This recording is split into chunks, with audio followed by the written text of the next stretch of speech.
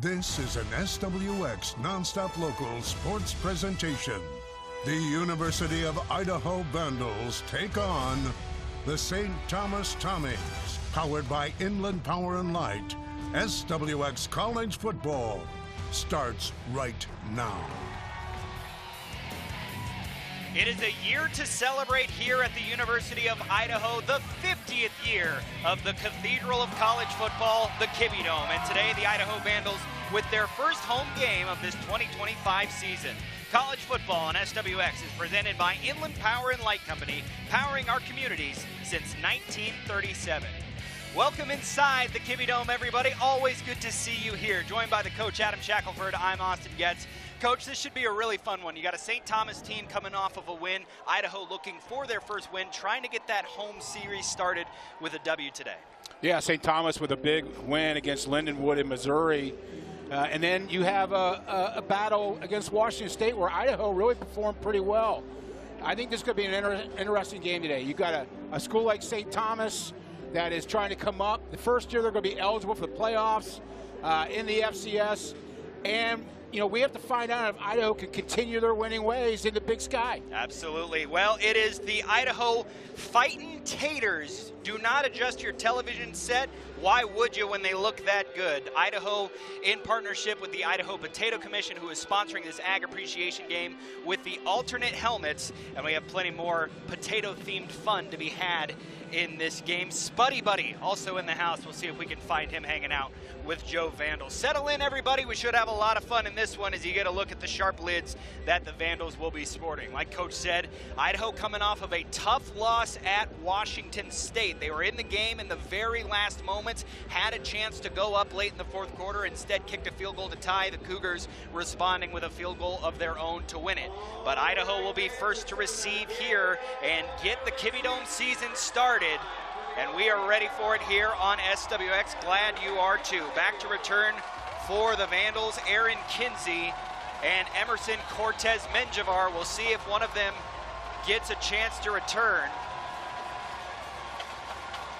Actually looks like Davion Superal is back there for the Vandals as the Vandalizers and the Idaho Marching Band get things ready to go here on SWX. St. Thomas making the trip from Minnesota. They will kick off first, and we are underway. Year number 50 in the Kibbie Dome. Davion Superales will field it inside the 5 and look for room. Steps through a man and gets up near the 30-yard line, and that's where the Vandals will start their drive. Well, really nice blocking, nice setup on the return. You've got the second line, a couple of linebackers and defensive line there. Do a good job of dropping into their area and picking up the most dangerous man. A good job and a great start for special teams for Idaho today. So we'll see how the Vandals come out with Joshua Wood under center, the transfer quarterback from Fresno State. Mixed bag at Washington State. No real success throwing the football, coach, but when he had the ball in his hands on the ground, he was great. Yeah, he's played in some big games over his career, and you know they're going to have to protect him today. He can really do things with his feet as well. Really a guy that could be dangerous doing a couple different things. Play action on their first play, well-protected pocket. He's going deep over the top, and it is intercepted with one hand off of the tip. Nick Hand with the pick. Yeah, it's just a bad read, quite honestly. Cover 2 by St. Thomas. They're going to have 2 safeties deep. I'm sure we'll see the replay.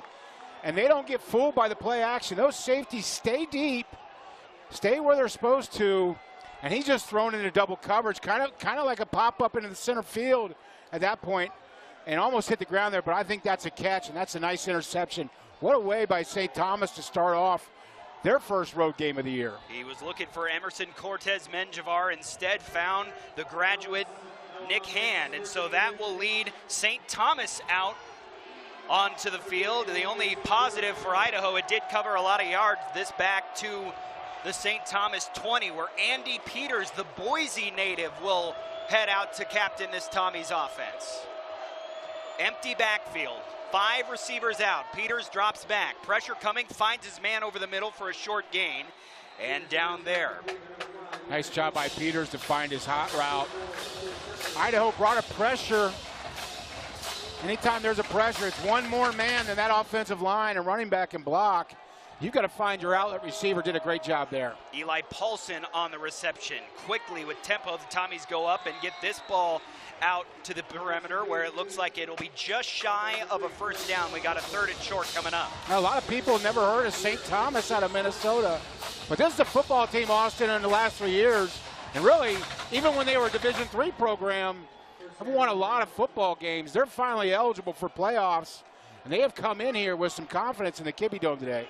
Give credit to Quentin Cobb Butler for the catch and actually a first down. He was just able to move the chains. So a fresh 10 for the Tommies, coming off a win against Lindenwood in their season opener. A handoff up the middle and a big hole right through the middle. There go the Tommies. And it's Cook all the way down inside the red zone. Joseph Cook, the sophomore, with a huge gain. Well, that offensive line with Caleb Rector, Marcus Johnson, James Morrison in the middle, opening up a huge hole. These guys are big. They're strong. And they go senior, junior, junior in the middle of that line. These guys have experience, and they have experience in this system. And you can see a little bit of domination right now and a little bit of confidence by this St. Thomas team. Coach, these guys are absolutely massive up front. 312, 347, 313, 328. They are big boys up front, and they can move a defensive line. They go back to the ground here. Not as much success this time. Patrick Bowen Jr. getting his first carry. Well, we're going to talk about it in the keys today, but you've got a football team in Idaho that's going to have to win this line of scrimmage at home. This is the defensive line that played pretty well last week against Washington State. Right now, St. Thomas just kind of having their way in the middle with those interior linemen. So now down inside the 10. It is 2nd and goal to go. The Idaho defense quickly tasked trying to get a red zone stop here. It's Bowen in the backfield with Peters. Now steps directly behind him.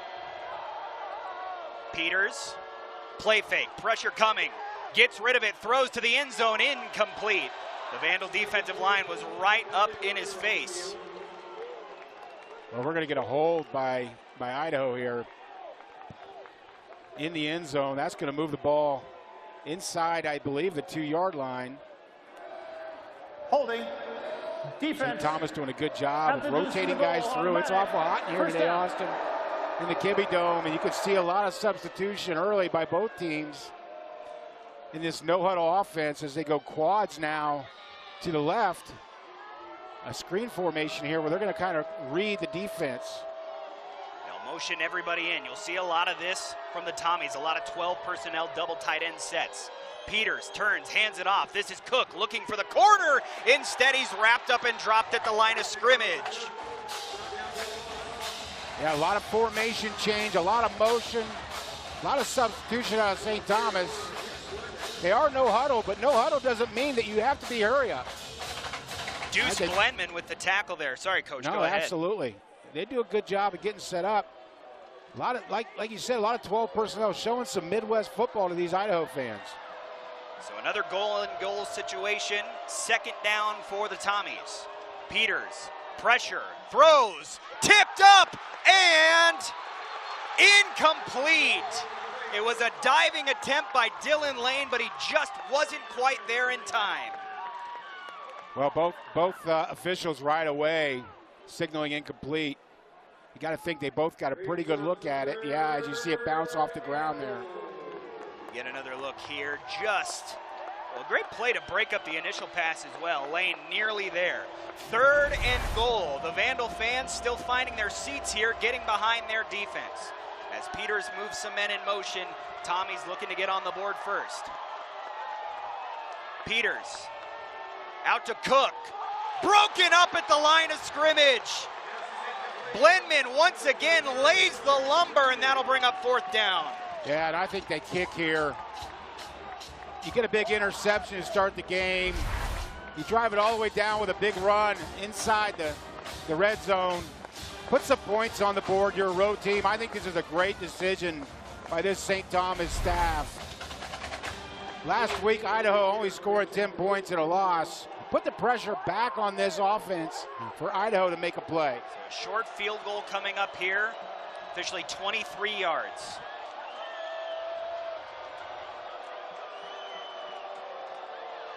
Elliott Hitter. Kick is up. Kick is no good. He missed it. How about that? A turnover and a missed field goal, and we're off to the races. We'll take a break and come back. Settle in. We got a good one here on SWX.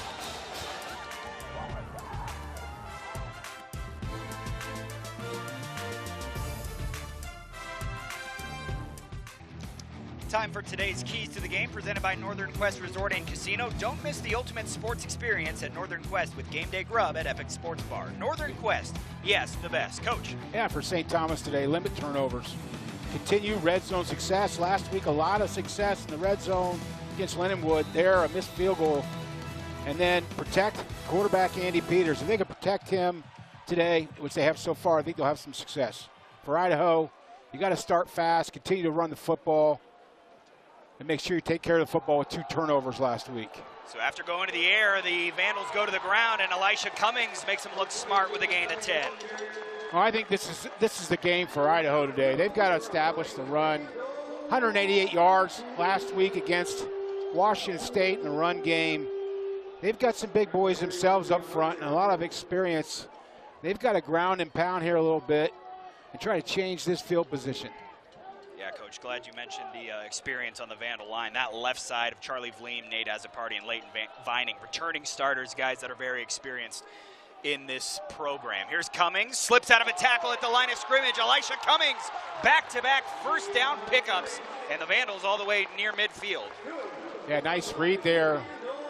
Elijah Cummings with a nice cutback.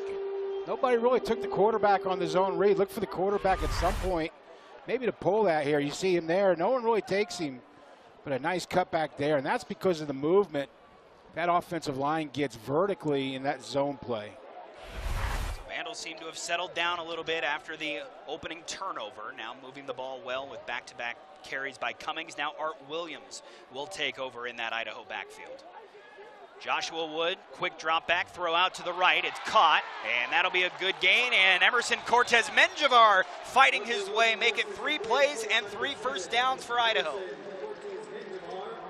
Yeah, that time just finding the hole in the soft zone, getting the ball to the sideline, corner playing off there in some zone coverage.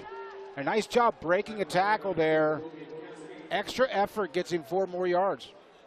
Imagine we'll see a lot out of number 7 today. We do not expect to see Michael Graves, Vandal wideout. He is ruled out today. So now into St. Thomas territory. Idaho looking to keep the drive going. Once again, Williams in the backfield. Man goes in motion across the formation. And the handoff up the middle, nothing doing that time. Tommies were able to rally to the ball for no gain. I'll bring a receiver here in motion for Idaho, trying to kick out that end. Good job by the defense to stay established on that front line, close everything in, back inside to their help.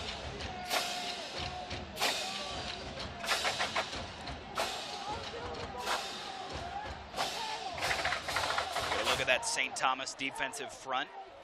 Obviously, every defense these days runs different formations, but typically a 3-4 set up front for the Tommies.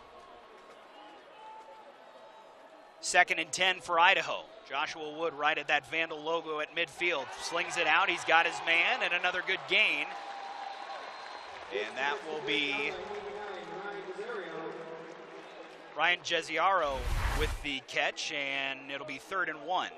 Yeah, again, they found the soft spot in that zone coverage with the corner playing off. We're seeing some cover 2 with 2 safeties high. Seeing some cover 3 with them dropping 3 deep. When you drop 3 deep, as we get a big substitution here on 3rd and short by the Tommies, those sidelines are going to be open. You got to take what they give you. Here's Hayden Kinchelow in the backfield now with Joshua Wood, the bruiser back. 5 on the play clock. Man goes in motion. The handoff, Kinchelow hit, keeps his legs moving, keeps churning. It'll depend on the spot. Looks like he got it. Yeah, initial effort. I would say the Tommies probably stopped him, but you got to wrap up. If you're a defensive player, you can't just bring his shoulder anymore. Everybody gets in the weight room these days. Good job bouncing off. He knows where he needs to get for that first down. He leans forward, that extra effort. Great job by the Idaho Vandals. Also a penalty called on St. Thomas that will tack on some extra yards. So it'll be 1st and 10 for the Vandals inside the St. Thomas 30. If you're just joining us, this game started with the Tommies picking off Idaho on their very first play from scrimmage, driving all the way down inside the 10, but missing a short field goal. And the Vandals trying to make them pay for that mistake.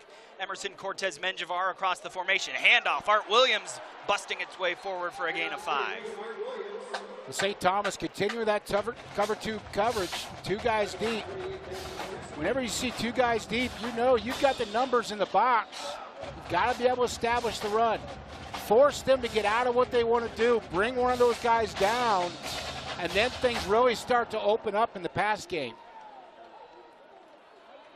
Second down.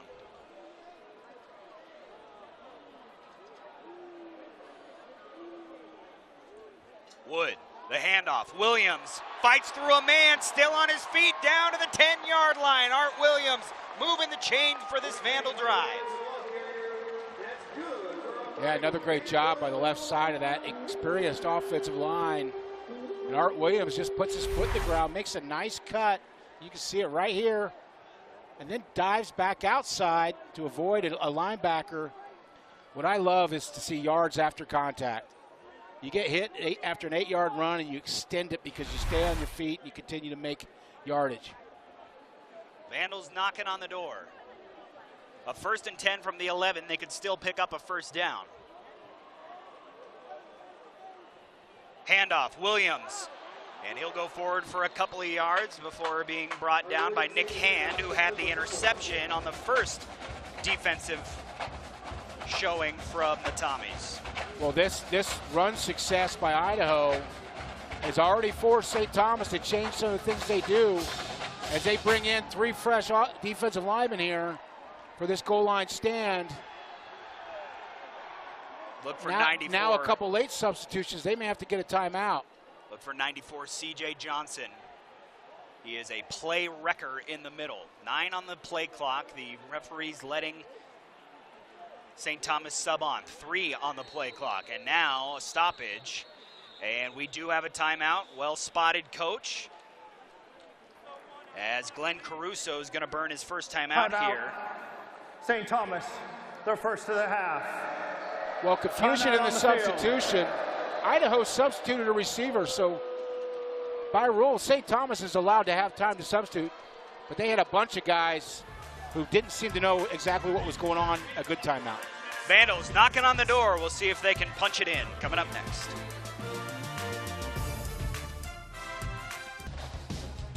Today's coverage of college football is brought to you in part by Best Western Plus University Inn, the premier lodging property on the Palouse in Moscow, and by Northern Quest Resort and Casino, the Inland Northwest premier destination for gambling, dining, and entertainment.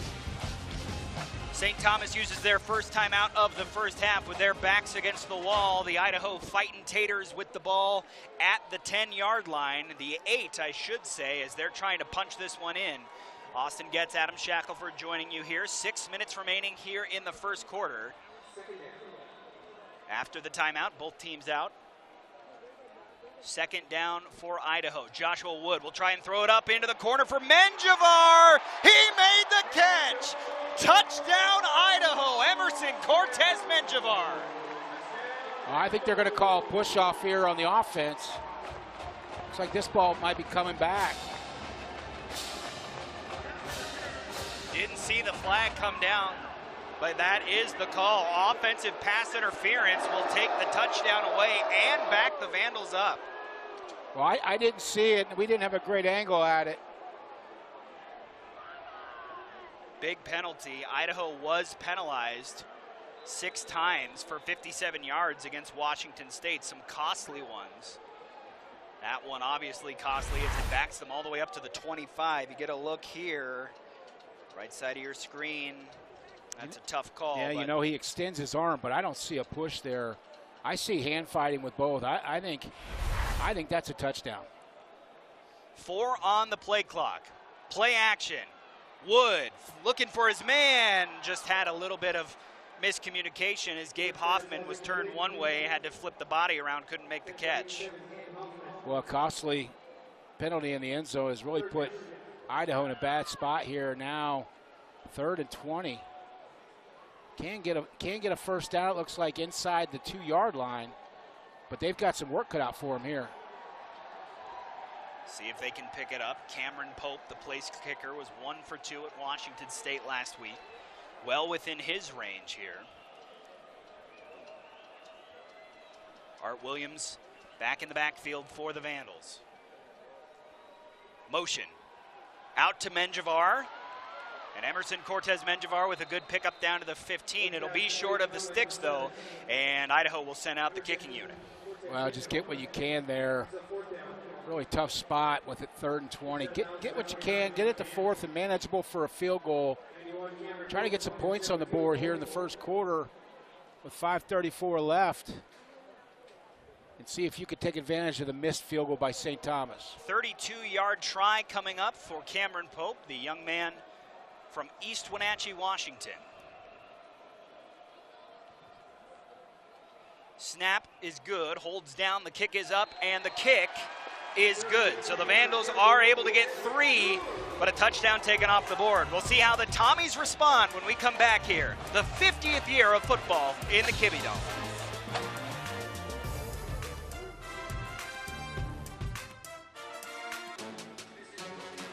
College football on SWX is brought to you in part by Findlay Downtown Toyota on 3rd Street. If you're looking to score the best deals on your favorite Toyotas, come to Findlay. Back here in Moscow, Idaho, on the campus of the University of Idaho, where the Fightin' Taters and Thomas Ford Jr. have taken a 3-0 lead over the St. Thomas Tommies. Austin Getz, Adam Shackelford joining you. Coach, going to that drive, a lot of good to be taken away for Idaho. Obviously, the penalty wipes off the touchdown, but to get there, they did almost go 80 yards, moving the ball well after that first play turnover. Yeah, and running the ball well, which we knew they would have to do today. After that costly turnover start the game, momentum full swing in St. Thomas's favor, and then a missed field goal. You kind of wondered how Idaho was going to respond, and they responded with points. Absolutely what you want at home. Owen Forsman to kick it off. It's a low liner that looks like it could roll out of bounds. It will. So a miscue by the Vandal kickoff unit, and that'll give St. Thomas great field position.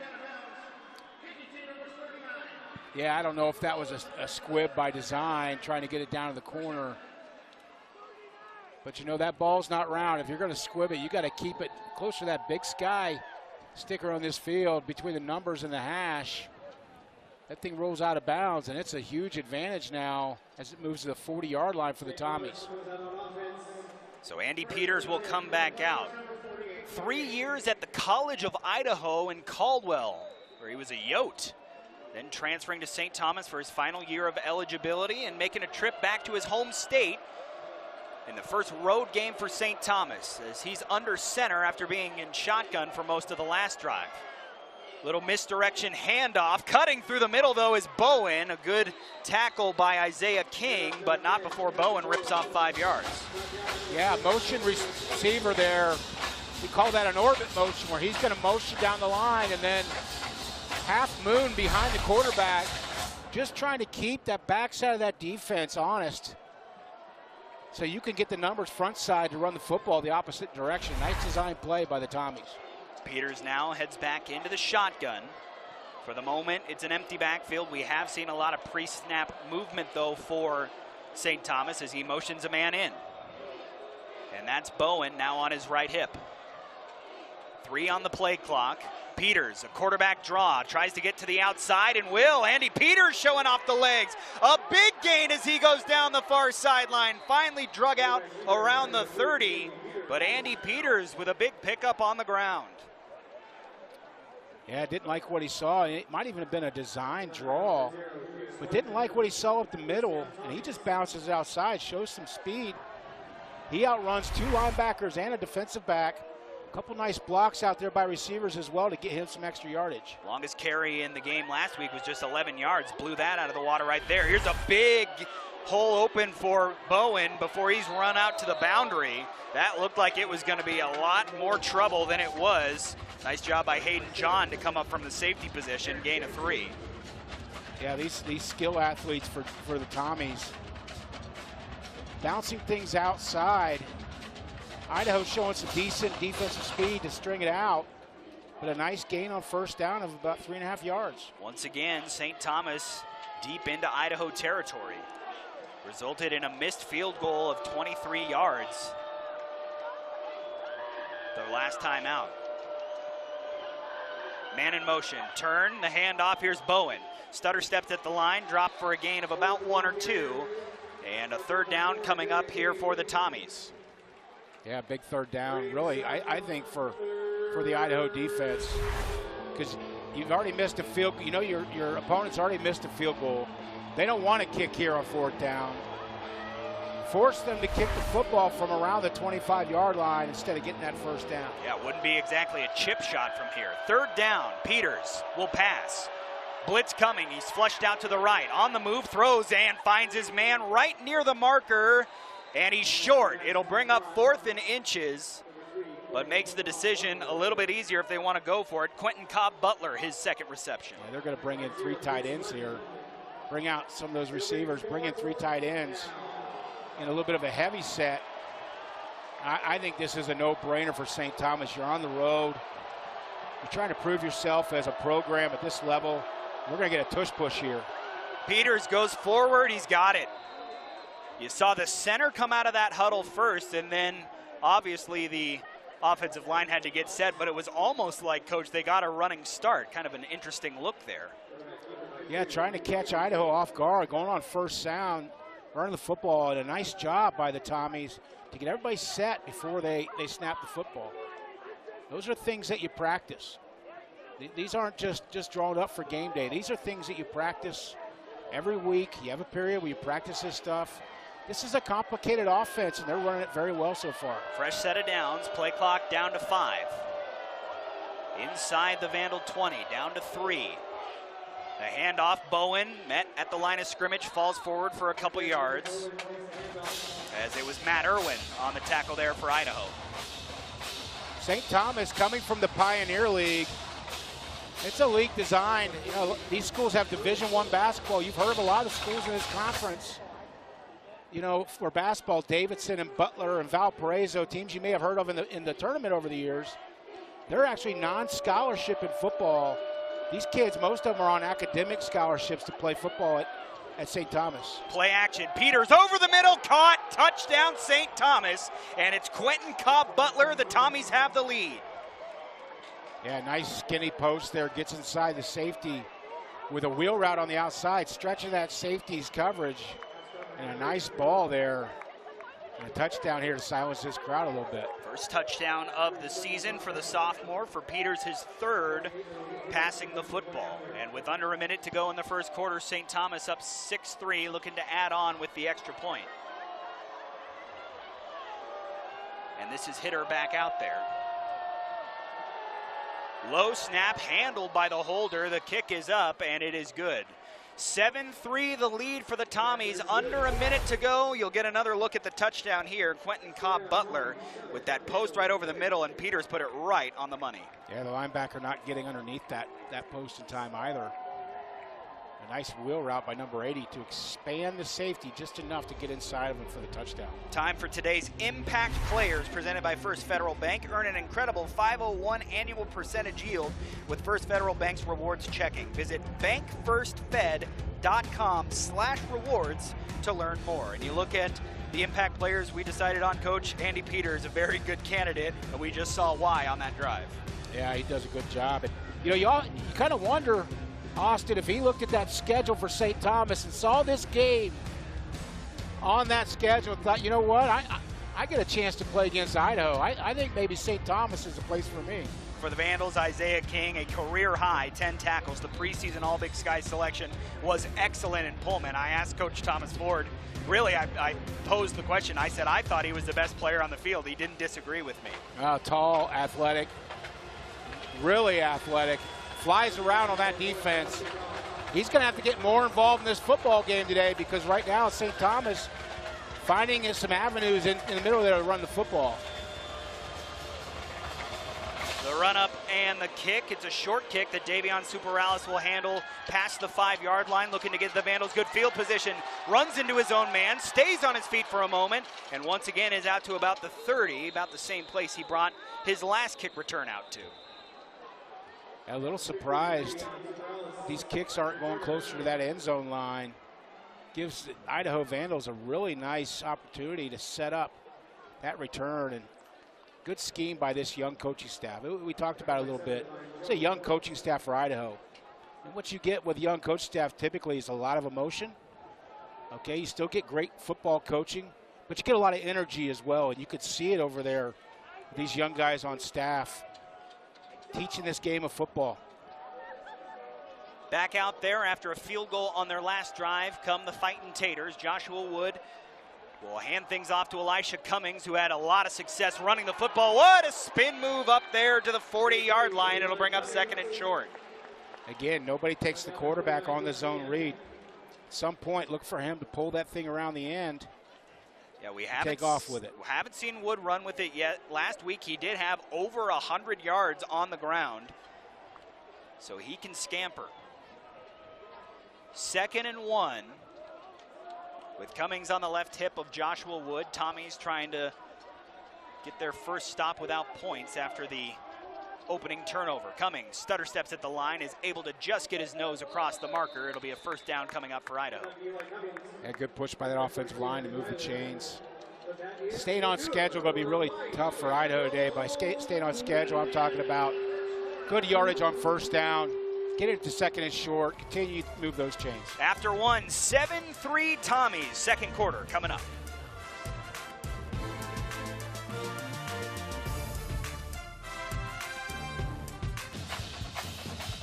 Today's coverage of college football on SWX is brought to you in part by Northern Quest Resort and Casino. Don't miss the ultimate sports experience at Northern Quest with game day grub at Epic Sports Bar. Northern Quest, yes, the best.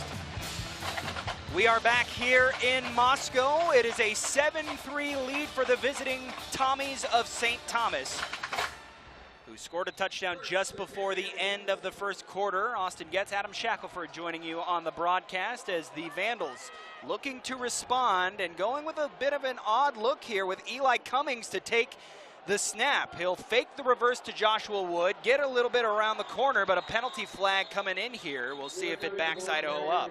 Yeah, we're going to have a hold. Possibly on 74 for Idaho. A lot of times when you run those stretch plays, those offensive linemen get exposed a little bit. 10-yard penalty, still 1st down. They got Ryan Jesiaro, says referee Jim Crowley. Vandals have hurt themselves with penalties in this one so far, as it was out on the perimeter. So that'll back Idaho up, who were moving the ball once again before the end of the 1st quarter, but now have it backed up with a 1st and long coming up after the hold.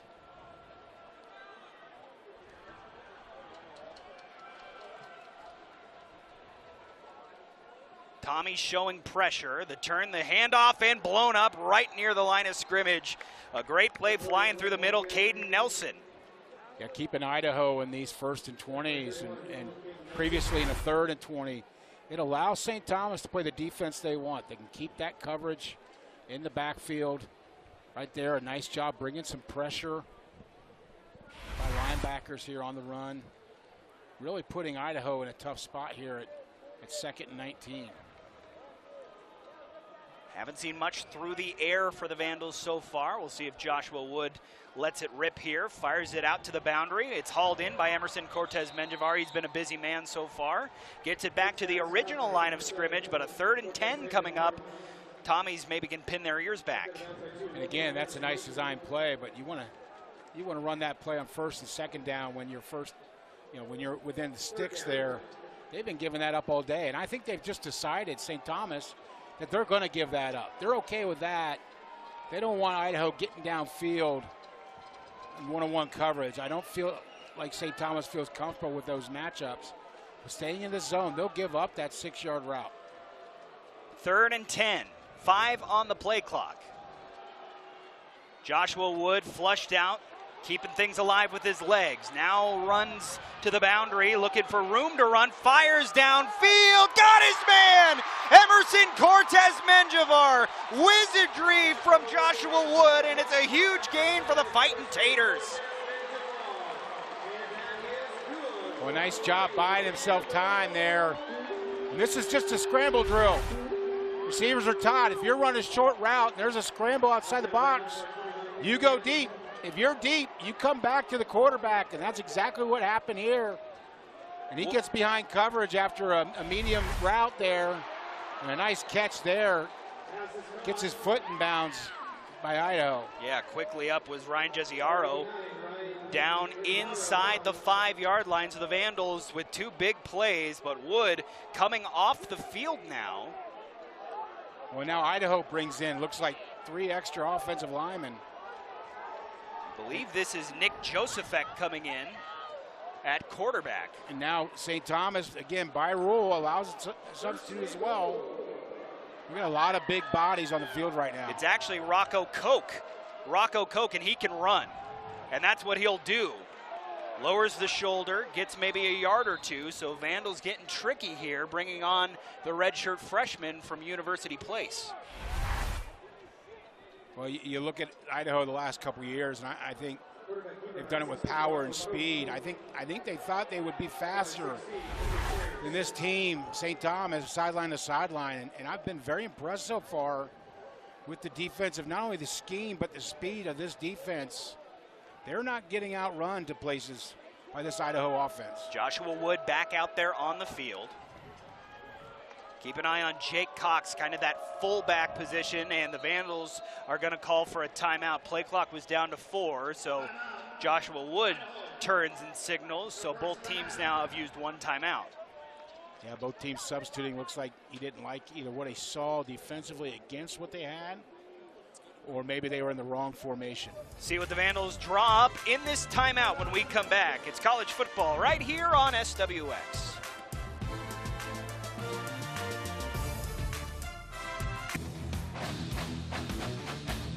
College football on SWX is brought to you in part by Titan Truck Equipment, Northwest family owned. Outfit your truck by visiting us in Spokane Valley and follow Titan Truck on Facebook, Instagram, and YouTube. Back here in the Kibbie Dome, timeout over for the Idaho Vandals as they will come out facing a 2nd and goal after a huge pickup.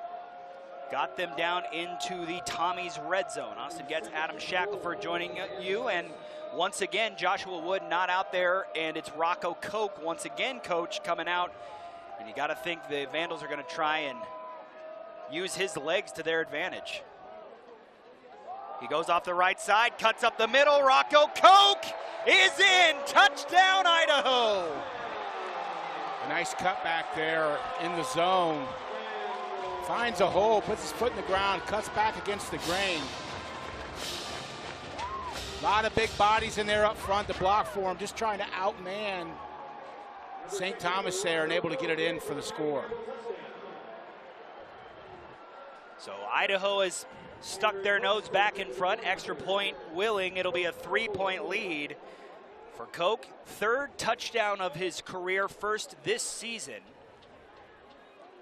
Nice job getting hit at the 1 there and just finding a way to get that ball over the line. Cameron Pope's already hit on a short field goal, comes out for his 1st extra point of the day, and that one is up and through. Still a good chunk of the 1st half left. The Vandals have responded. What will the Tommies do? We'll find out next.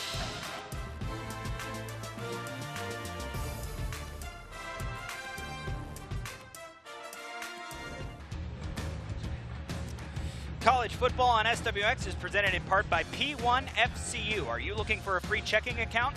P1FCU's Ascend Checking is a free checking account that can earn you dividends. Open your account at p1fcu.org. Happy times here in the Kibbie Dome. The Idaho Fightin' Taters back out in front 10-7 over the visiting Tommies of St. Thomas. Austin Getz, Adam Shackelford joining you. Coach, what did you see from Idaho on that drive that led to the success? Obviously, we saw the 1 touchdown on the previous drive taken off the board. What do you think they did better on that one? Well, they got behind again with a holding call, but a good job scrambling out, making a big play, getting in the red zone. Then they just kind of let their big boys take over, and a nice run by Rocco there to get the score. This is Owen Adams to kick off for Idaho, and Eli Paulson on the return for St. Thomas. Flags, multiple flags out now. We could see St. Thomas being backed up. Yeah, I think we got a block in the back at the about the 8-yard line or 10-yard line. I assume that's the one that Idaho's going to accept. Multiple flags came down. Our referee, Jim Crowley, will sort it out. It's going to move them down up to about the 7, I believe. Holding. Return team number 19. 10-yard penalty. First down. Well, they're actually going to mark it from the 22. That'll back them up down to the 12-yard line. You get a hard to see exactly what the referee spotted. The flag came from behind the returners. So Idaho sends their defense back out, and St. Thomas will go with the offense that had a really nice drive their last time out, took advantage of good field position, and resulted in a touchdown to Quentin Cobb-Butler. And Andy Peters has been very effective so far. 4 of 6 with the touchdown, also has ran for 33 yards. Not good field position this time for St. Thomas. We'll see how they respond. Going for a quarterback draw, and Peters just sizzling through the line of scrimmage. Andy Peters all the way up to the 35 before being pushed out. Well, sometimes you win inside the tackles with power, and sometimes you win with patience. That time, Peters just showing some patience, kind of creeping his way through, feeling himself out, sees the cutback lane. And again, the interior of that offensive line, we talked about how big and experienced they are, really getting some movement on these middle 2 defensive tackles of Idaho. Thomas Ford called them some big jokers, and he wasn't being negative towards them. He was meaning they are some big guys that can move a lot of muscle. Peters, well protected now, pressure coming late, rolls out, throws, finds a man in Vandal territory for the pickup. And he's able to hold on to the football. And a flag behind the play as well. Yeah. This could be roughing the passer. I think they're going to get a roughing the passer. They're going to get about a step and a half. Personal foul, roughing the passer, defense number 44. That 15-yard penalty will be added to the end of the play, automatic, first down. Those are penalties that just drive you crazy as a head coach. Cruz Hepburn, the guilty party there, so that will quickly march St. Thomas down the field. Yeah, look at it here. Let's see the end of the play. Good job to buy himself some time. Yeah, that's 2 steps. Tough to lay off with some of these guys, but you have to these days. Player safety is the #1 priority, especially at quarterback. Handoff, reverse, and now a pass. The throw is high. Vandals were able to respond well as Jishawn Todd was the one trying to throw the football there. It was high for his intended target, Andy Peters. Well, I like the fact that he didn't try to force it somewhere. He got some pressure, trying to throw it back to Peters on the outlet, but again, if that sails over Peters' head like it did, that's not an issue. You've got 2nd and 10.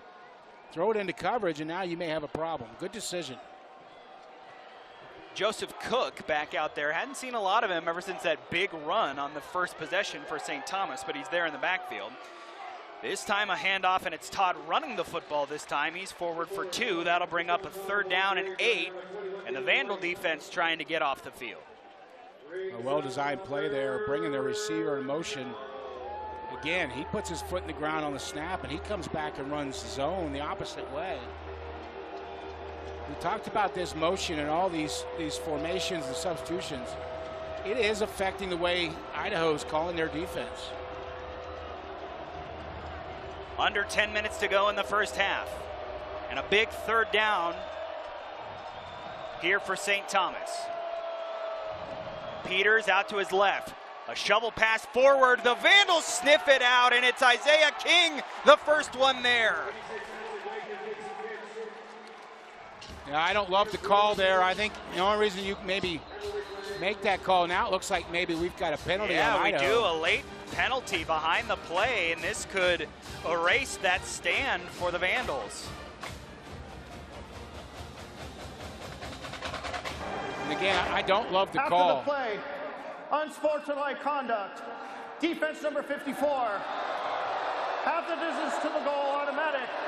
First down. And that is a penalty that will drive a coach crazy as Titus Ringer called for an unsportsmanlike conduct after the Vandals had gotten the stop.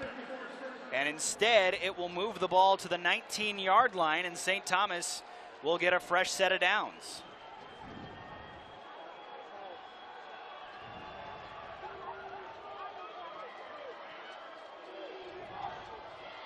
Peters on the quarterback run, cuts up through the middle. Now another flag comes out. I think we're going to get a holding behind the line of scrimmage.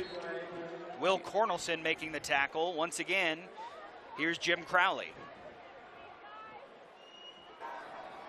Personal foul, face mask, offense number 62. 15-yard penalty, still first down. So a 15-yard penalty. Lucas Cannon called for the rare offensive face mask. You don't see that a lot. Oh. Idaho glad to see it here.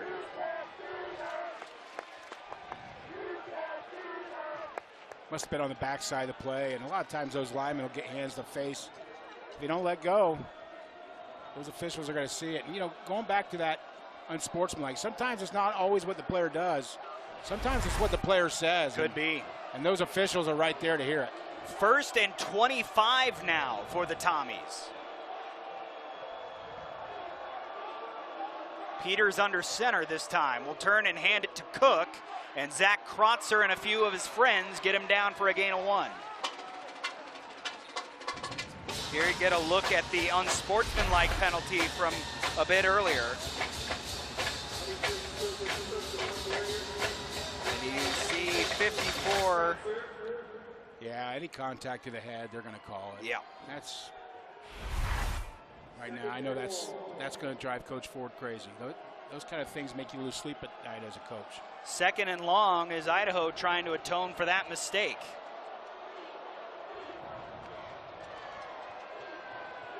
Five on the play clock.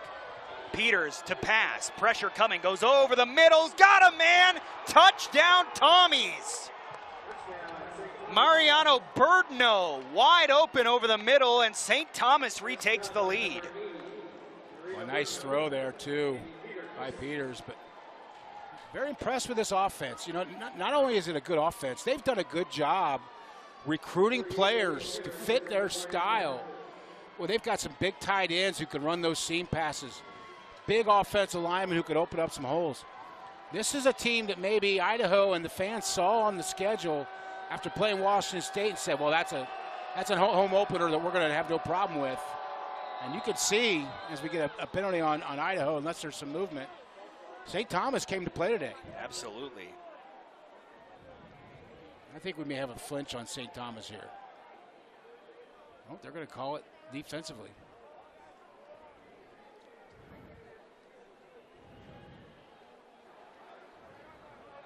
Offside. Defense number 86. Half the distance to the goal. Now The it looks try like will St. now Thomas be is from going the to go for 2. 1.5-yard line. Going back to Birdno, did not have a reception last week. I'm not sure what going for 2 gets you here. You kick the PAT, you go up 4. Interesting. I'm not sure what 5 gets you here over 4, Austin. I'll be honest with you. We'll see what Maybe they some do. confidence. Peters turns, hands, Cook right up the middle, met at the goal line. He did not get in. The Vandal defense able to keep the 2-point try out, and it remains a 3-point game. Back and forth we go. St. Thomas has answered the call here in Moscow early on.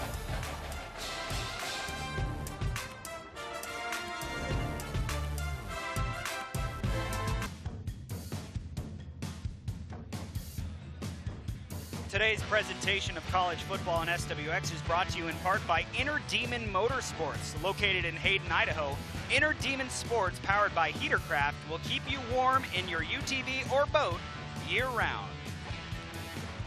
Back here at the Kibbie Dome, we have had a fun one here in the first half, and we still have 8 minutes to go before halftime. Austin Getz and Adam Shackelford joining you. A 13-10 lead for St. Thomas, who just scored, elected to go for 2, and were not able to convert.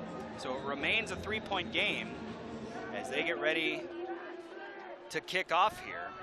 I also want to correct myself. I was saying it was Davion Superalis returning the kicks for Idaho in this game so far. It was actually Zach Wustig, the other number 15, the defensive number 15, back deep to return. Run up and the boot. It's another short kick, and he'll have an opportunity for it. Looks for a seam. He's got 50 yards of returns already. This is his shortest of the day so far as the Tommy's kick unit gets down and covers it up.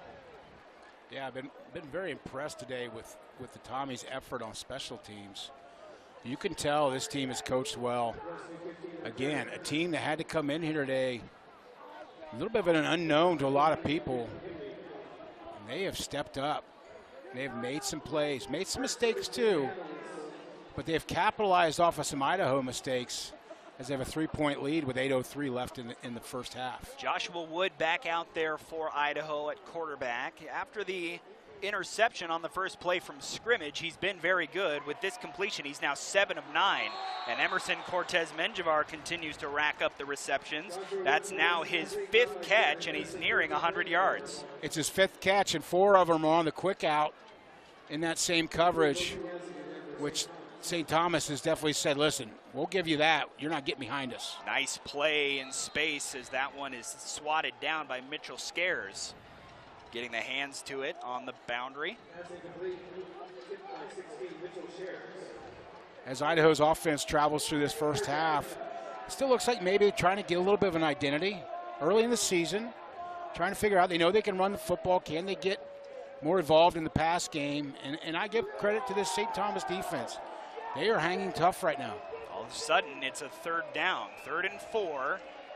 Vandals in their own territory. Clean pocket, Wood out to the boundary once again, and they are just abusing that quick out route. Jesiaro on the catch and moves the chains. Well, I give Idaho's coaching staff credit because they see it and they're just saying, listen, we're going to take that until you stop it.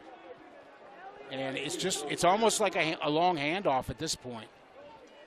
Just a nice little 5-6 yard out, little timing route. Seen some nice balls today to that out route. Art Williams in the backfield.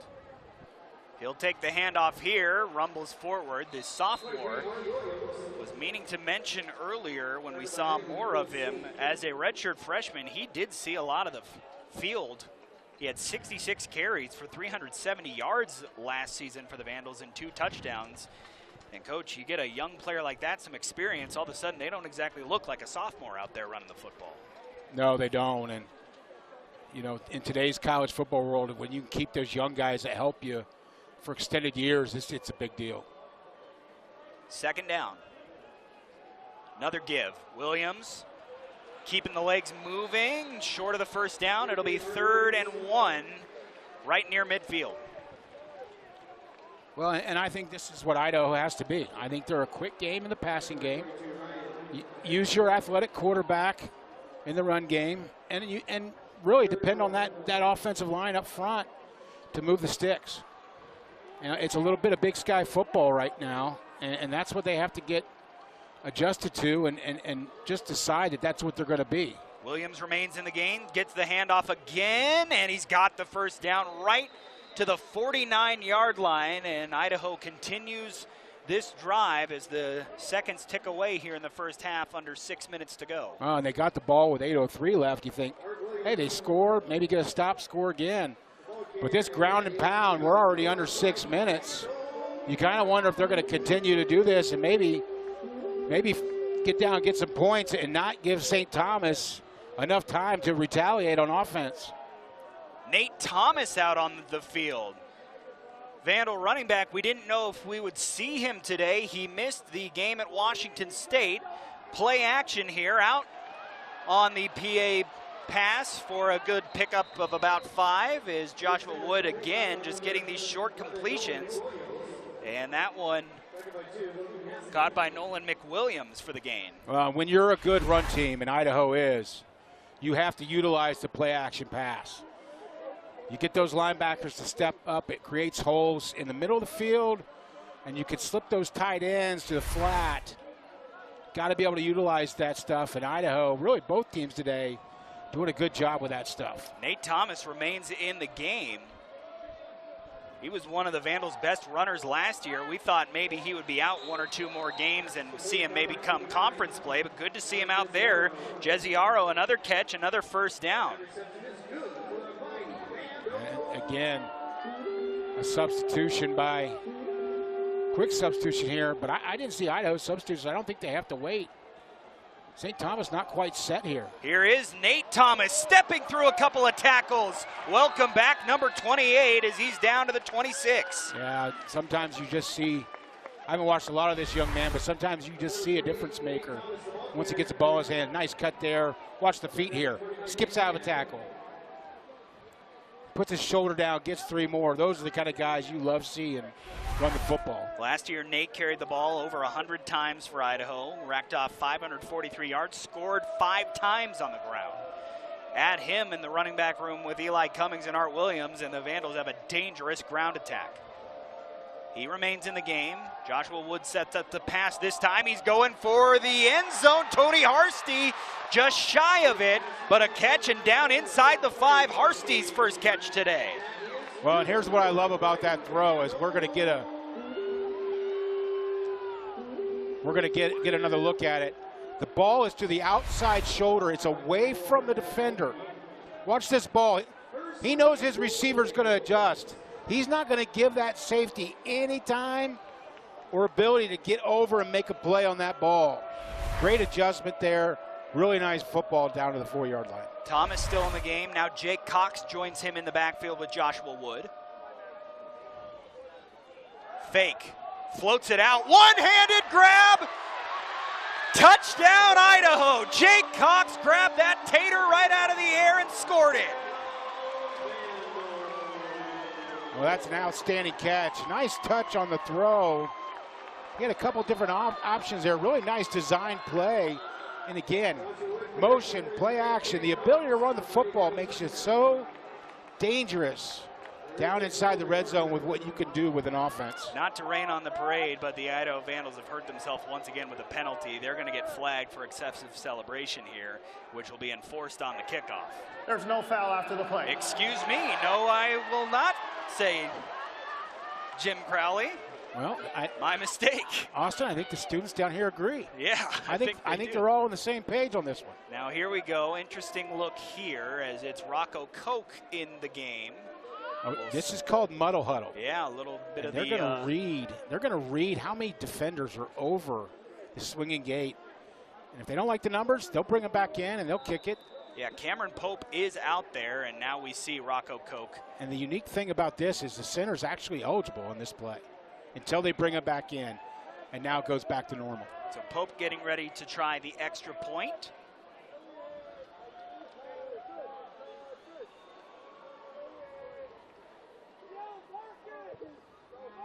It's on the way and good. 17-13. These teams trading haymakers here in the first half. Boy, I really like this kicker, Pope. I love the way the ball comes off his foot. He's accurate, has nice form, great timing. Over the years, seen so many weapons for the Vandals at kicker and punter. Special teams always being good here. I think they found another one here out of one action. Got a little hot potato celebration. I think they said, listen, potato's kind of our thing now. Right, they're leaning in. Mr. Crowley, you need to let us do this thing now. We're leaning into it. I want to let you know that college football on SWX is sponsored in part by Pella Windows, your local windows and doors experts who help you make life brighter. I love it. Just let the kids celebrate. As long as it's not in the face. Directed at somebody, exactly. As long as it's not taunting. You got to, the NFL's finally given up, finding these guys or let the guys celebrate. Let these young men celebrate. They're working 40 hours a week watching film. Coaches are working 80 hours a week. Scoring touchdowns is a big deal. St. Thomas will have an opportunity to do the same thing when they score. Let these young men have a good time. And Coach, I think one of the reasons that you saw that kind of celebration is these guys know that Jake Cox is a player who missed all of last season with an injury. Comes back out, sticks around the team, gets back out on the field, is usually used as primarily a blocking tight end, but able to make the catch that time for the touchdown. Got to feel good for number 33. Oh, yeah, and I'll tell you, going into my next year being my 29th year of coaching, I will tell you, I've never experienced a tighter family in athletics than a football locker room. And I know he was excited to score, but my guess is, like you said, Austin, the young men around him were just as excited to see success out of him and what he brought to the table today for his football team. Vandals getting ready to kick it away. Owen Adams back out there for the boot. Eli Paulson and Jashawn Todd deep for St. Thomas. They'll have time here, 3 minutes and 3 seconds remaining in the first half.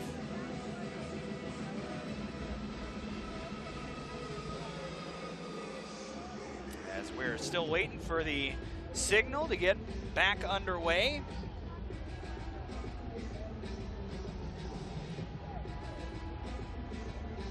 Multiple lead changes in the first half. Hard to ask for more than what we've seen in the Kibbie Dome to start things out. We're still waiting here as looks like finally we'll be able to go.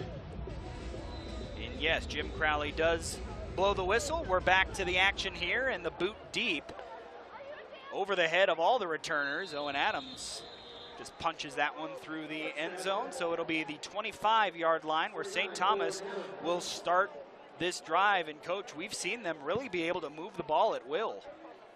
Yeah, again, I'm so impressed with their offense. They do a lot of different things. You know, they're very multi-dimensional. A lot of motion. You know, again, these are non-scholarship athletes. They're academic scholarship guys. You know, these are kids that have to. You know, St. Thomas, not an easy school to get into. Pioneer Conference, not easy schools to get into. These are kids that are very cerebral, and they're doing a good job running this offense. A little bit of a misdirection there as Todd comes through with a good gain on the first play of this drive for the Tommies, I should say. Yeah, and his helmet comes off, so by rule, he'll have to come off for one play. High school and college rule, so he comes off. And again, more substitution by this team as they continue to go no huddle, but they're not in a hurry. They understand, hey, let's burn some clock here. They also get the second half kickoff. 2:45 to go in the first half. Joseph Cook in the backfield with Peters. Peters is going to follow him as a lead blocker. He's got a first down and will be taken down at about the 38. Well, and we talked at break about them going for two after their last score. Right now, down 4 instead of 3. If they would have just kicked the extra point, everybody needs to watch and see how that, maybe that affects his football game. As I think this game will continue to stay close. Clock ticking down towards 2 minutes. Reminder, we will have a 2-minute timeout as well. So essentially an extra timeout for the Tommies in this context. Peters, stutter steps, hit hard, ball's out. Vandals have it.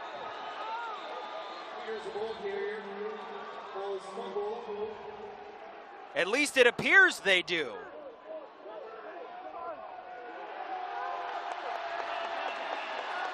Vandal football. A huge turnover. Will Cornelson comes out of the bottom of the pile, and now Idaho with a chance to make it a 2-score game before the half.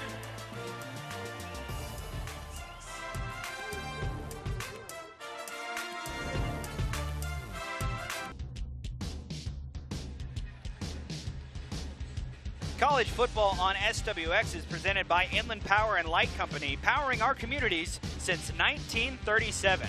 Earlier in the game, we told you that Idaho linebacker Isaiah King was one of our impact players. This is why. He pops it out. Will Cornelson falls on it, and Idaho coach now in business to potentially go up 2 scores before the end of the half. Yeah, Isaiah comes from his outside linebacker position. He does a good job there. I think, 2 mistakes St. Thomas made in this football game. Obviously, the 2-point conversion. I think they maybe went a little too vanilla on that drive with a couple quarterback runs. Idaho's got to take advantage of that right now. They're trying to bring the pressure. Wood trying to go over the top. It is incomplete. Tested it down the sideline. It's just an incomplete pass. Still 1 minute and 50 seconds. Idaho also with 2 timeouts remaining to use here. Yeah, he's got to be very careful throwing that ball into into deep safety coverage. Can't make a mistake here. You can go in with the lead of 4, but you don't want to give the ball back at all to St. Thomas. Give them an opportunity to at least kick a field goal. So 2nd and 10.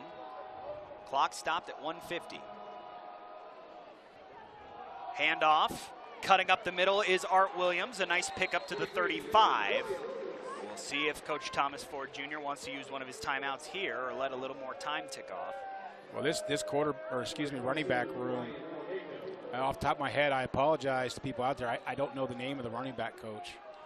I've got to think Coach Ford's involved a little bit, being a former running back himself. But, boy, I'm so impressed with how well these guys are coached. Boy, they see the defense, they cut it back, all of them. They've got 3 or 4 guys that they feel comfortable putting on the field. That's an outstanding opportunity for any offense. Yeah, former NFLer Lance Dunbar in that running back room. Pressure. Wood gets it out and got the first down, and it looks like it's Jeziaro once again. Idaho moving the chains and looks smart now that they didn't use that timeout. They still got more than a minute to go, and those 2 timeouts in the back pocket. Well, a lot of times fans they look at the clock and it gets under a minute down here and they get worried. You have to remember that Idaho still has 2 timeouts. You catch the ball, get out of bounds, you stop the clock. You want to try to score here with as little time left on the clock as possible so that St. Thomas can't retaliate before the halftime. Down to under 40 seconds now by the time of this next snap. Wood sets up, throws over the middle. Really the first time we've seen the middle of the formation tested. That's a gain of 8, and Coach Thomas Ford Jr. calls a timeout. Tony Harsty on the reception that time. That's a great opportunity there to take a timeout. 31 seconds. If you try to rush a play, you're probably down to 22 seconds. Great timeout there. You've still got another one.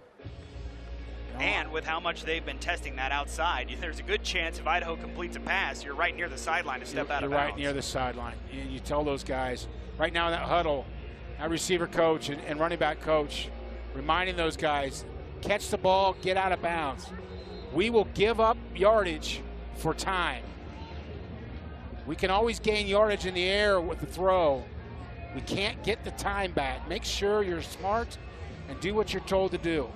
Joshua Wood has been excellent. Remember, he threw an interception on his first pass of the game, but even with that factored in, he's 14 of 18, 157 yards and a touchdown. He's been great. 2nd and 3, 31 seconds remaining. It's Art Williams in the backfield with Wood. Fake handoff. Wood sets up. Pocket collapsing, trying to escape. Spins back into the teeth of the defense. Now he'll throw it towards the sideline and out of bounds. 23 seconds remaining. That's a good job to get rid of it. Maybe get rid of it a little sooner, but one of his receivers up top fell down. Play kind of fell apart. It was a nice call into cover 2. They had a couple seam routes to one side, but just didn't have the time to come back to that side. Still plenty of time here with 23 seconds. 3rd down. Got to get the first down. Definitely 2-down territory, although you could, I would expect them to maybe attempt a field goal. Pope inside the 20, I think, would be pretty automatic at this point. Yeah, you hit a 50-yarder last year. You're within the range for Cameron Pope.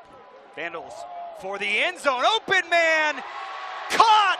Touchdown, Idaho. It's Tony Harsty. Well, we've got a flag, but I think it's going to be a low hit on the quarterback. I think this is going to stand with a low hit. Looked like they came in around the knees. St. Thomas pointing at Idaho, but I think they're wrong.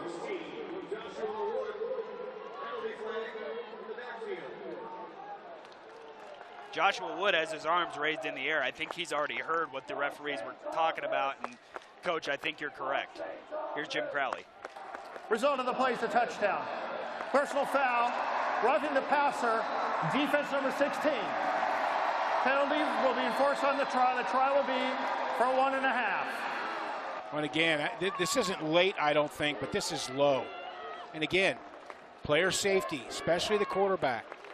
The quarterback, rightfully so, is going to get the benefit of the doubt. When you come in low, They're going to call it every time, and they should call it every time. So now they'll move this half the distance to the goal. Do you think Idaho comes out and goes for 2, Coach? Well, 12 is different now. You're up 10. 12 gives you the opportunity to be up 2 scores. Yeah, looks like they're going for it, and they got Rocco Koch along with Hayden Kinchelow. This is their bruiser backfield.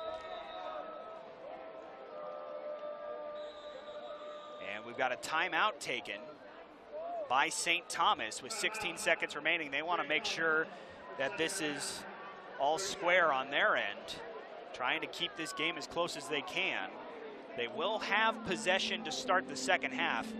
But, Coach, you talk about this Idaho defense and timely turnovers. Remember, last week, the defensive front caused a fumble. Donovan Parham knocking the ball loose from WSU. Vandals were able to turn that into a game-tying field goal. Then, in this game, you have Isaiah King knocking that ball out. Vandals are able to go down and score, have a 2-possession lead at halftime. Yeah, there's just been some mistakes that St. Thomas has made. It's funny, this game of football, it doesn't have to be a lot of mistakes because they certainly haven't. But there's been 2 or 3, I think, have been the difference. And then the ability of Idaho to take advantage and create points off those mistakes is why Idaho has a 10-point lead right now. A 21-yard touchdown officially. Tony Harsty, the one who hauls it in. And that is his first career touchdown. So congratulations to Tony Harsty. Out of the timeout, the Vandals keep the same formation out there with Rocco Koch at quarterback and Hayden Kinchelow on his left hip. Kinchelow, 5'10", 235 pounds. They'll hand it to him. Kinchelow straight ahead, and he didn't get waiting it either. For the signal. He's short. So St. Thomas also comes back with a denial of a 2-point try. It'll remain a 10-point game. They want to see a replay here. Still a long conversation. Well, I don't think there's any doubt. And well, I don't think you're going to be able to see you're not going in to that see the mass ball. of bodies. Yeah, I think it's a good call by the officials. So the Vandals go for 2. They don't get it, but they still hold a 10-point lead. Remember, this game really started as close to disaster as you could have for them. A deep pass intercepted. St. Thomas drove down and had a chance to get on the board first, but missed a short field goal. Since then, these two teams have been trading punches and trading leads. This is the first 2-possession lead that anyone has had in this game. Well, and you saw the official there on TV tell Coach Ford, listen, I don't know if he got over or not, but there's no angle that we're going to get that's going to overturn this call. And as a coach, you hate to hear that, but you just kind of have to move on. St. Thomas found a way. They went for 2 earlier, and I said it might cost them. Well, that's a big stop for them there. Getting the ball out in the second half. Still 16 seconds here. Need really good coverage here by Idaho. Get down and make a tackle. Get another look at it. This is probably going to be one of the best angles we have. But you just can't tell once everyone disappears in the middle there if Hayden Kinchelow got the nose of that ball across. Great job by the Tommies up front. Here's Owen Adams to kick it off, and he's going to boot this one deep. Looks like it's going to go through the end zone. So St. Thomas will have a chance from the 25. They do have 1 timeout remaining if they can get a big chunk play and maybe try and get something going. But they do also have the second half kickoff, so that'll factor into the decision-making for Glenn Caruso. If he just wants to maybe hand things off here, see if Patrick Bowen, it's looking like, could I think they're going to take a knee. Looks like they're going to take a knee. Yeah, and they've got number 3 back as a safety valve. They've got 2 guys protecting Peters. I think this is a smart decision. Oh, you don't want anything to happen with 16 seconds. You've got the ball basically in 16 seconds back. So that will bring us to the end of the first half, and it was a very fun first half. It's hot here in the Kibbie Dome, and the play is only raising the temperature. 23-13, the Idaho Fightin' Taters will have the lead at the midway point of this game. We will take a break and come back and bring you all your halftime coverage as we recap how we got here. A 23-13 advantage for the home team.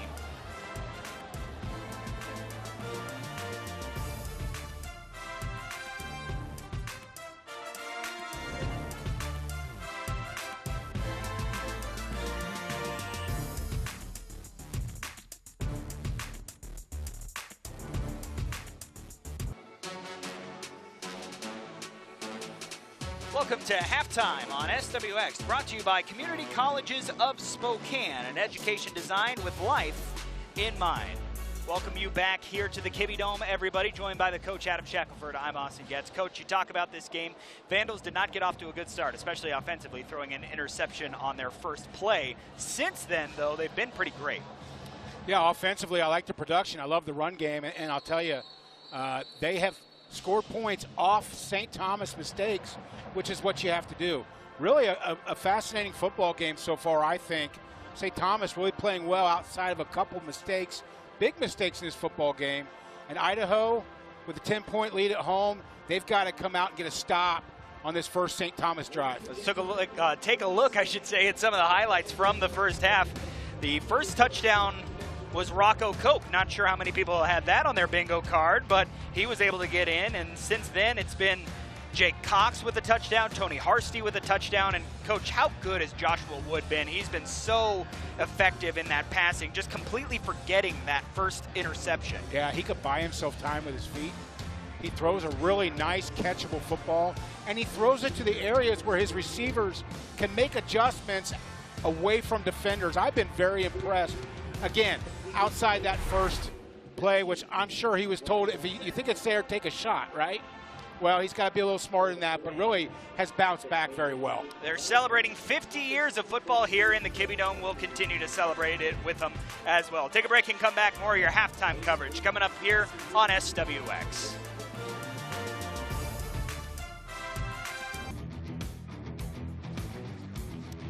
Time to take another look at tonight's keys to the game, brought to you by Northern Quest Resort and Casino. Don't miss the ultimate sports experience at Northern Quest with Game Day Grub at Epic Sports Bar. Northern Quest, yes, the best. Coach, how do you think each team is faring so far? Well, let's start with Idaho this time. Start fast at home. Obviously they had the turnover first play, but I think they've done a pretty good job. Certainly have established the run. They're starting to take over the line of scrimmage. I'm not sure either team is winning that right now, but certainly take it over. They've got to improve their third down conversion. Penalties have really hurt them on third down. It's something they need to continue to work on. The turnovers tonight have hurt this afternoon hurt St. Thomas, a really big one there before the half. The red zone production has been pretty good, and they've done a pretty good job protecting Andy Peters today. He just can't put the ball on the turf. Those are our Northern Quest keys to the game. We'll take a break and come back with some more halftime coverage before we kick off the second half here at the Kibbie Dome in Moscow.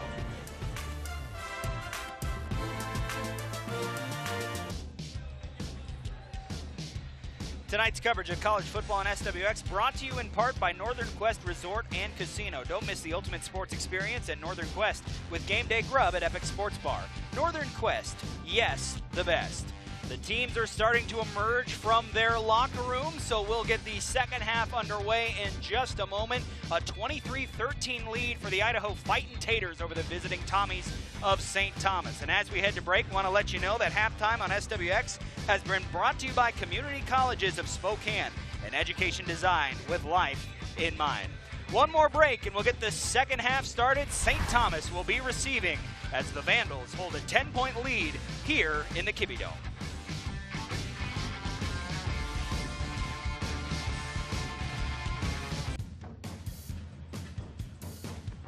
College football on SWX is presented by Inland Power and Light Company, powering our communities since 1937.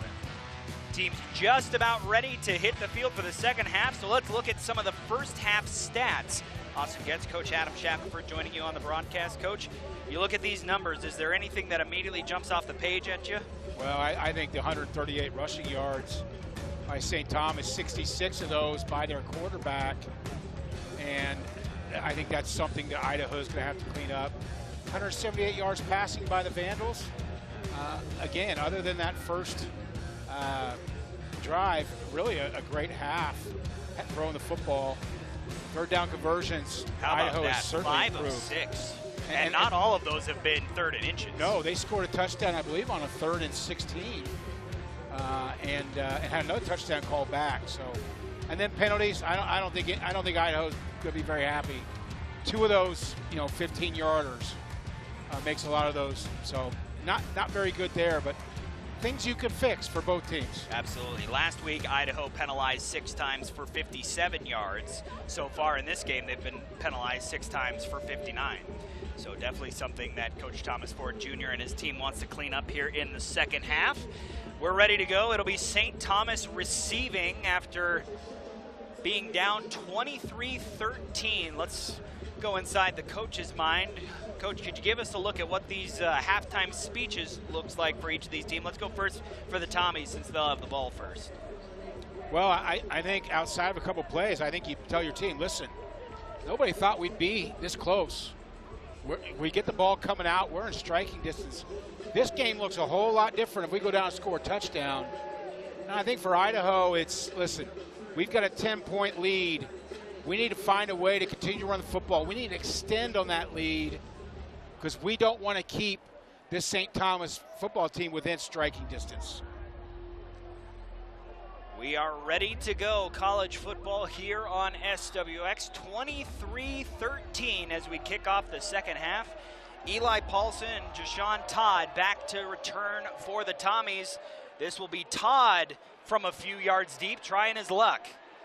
Looking for a seam up the middle, bounces it to the outside. A good return out to the 25. Had to do some work to get back to where a touchback would be from anyways, but he's able to do it. Yeah, again, getting up in there, fitting in, and running with some patience. You see his mouthpiece flapping off the top of his helmet.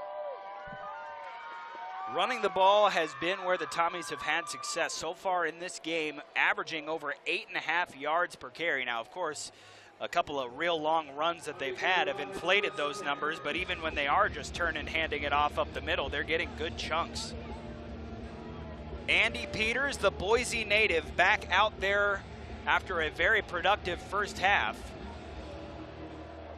Joseph Cook with him in the backfield. Hand off, but dropped right in the backfield. Zach Krotzer, the team captain, blows up that play for a tackle for loss. Yeah, the redshirt senior, first time we've called his name today. Watching Idaho games in the past, kind of the heartbeat of that defense. A lot of emotion, plays with a lot of toughness, a lot of hustle.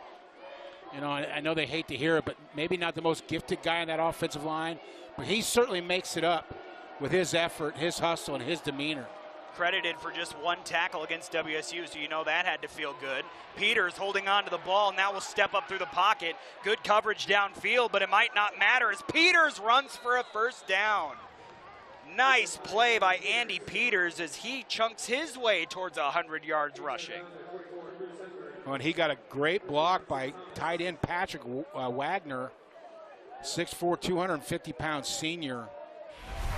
Knocks his defender across from him. You'll see it as he scrambles to the ground, allowing Peters to pick up the first down right there. We get a nice block by 73. Wagner also gets a nice block. So now a fresh set of downs, the ball to the 36-yard line. Throws over the middle, got Quentin Cobb-Butler wide open for another big gain. He has been his best receiving target in this game so far.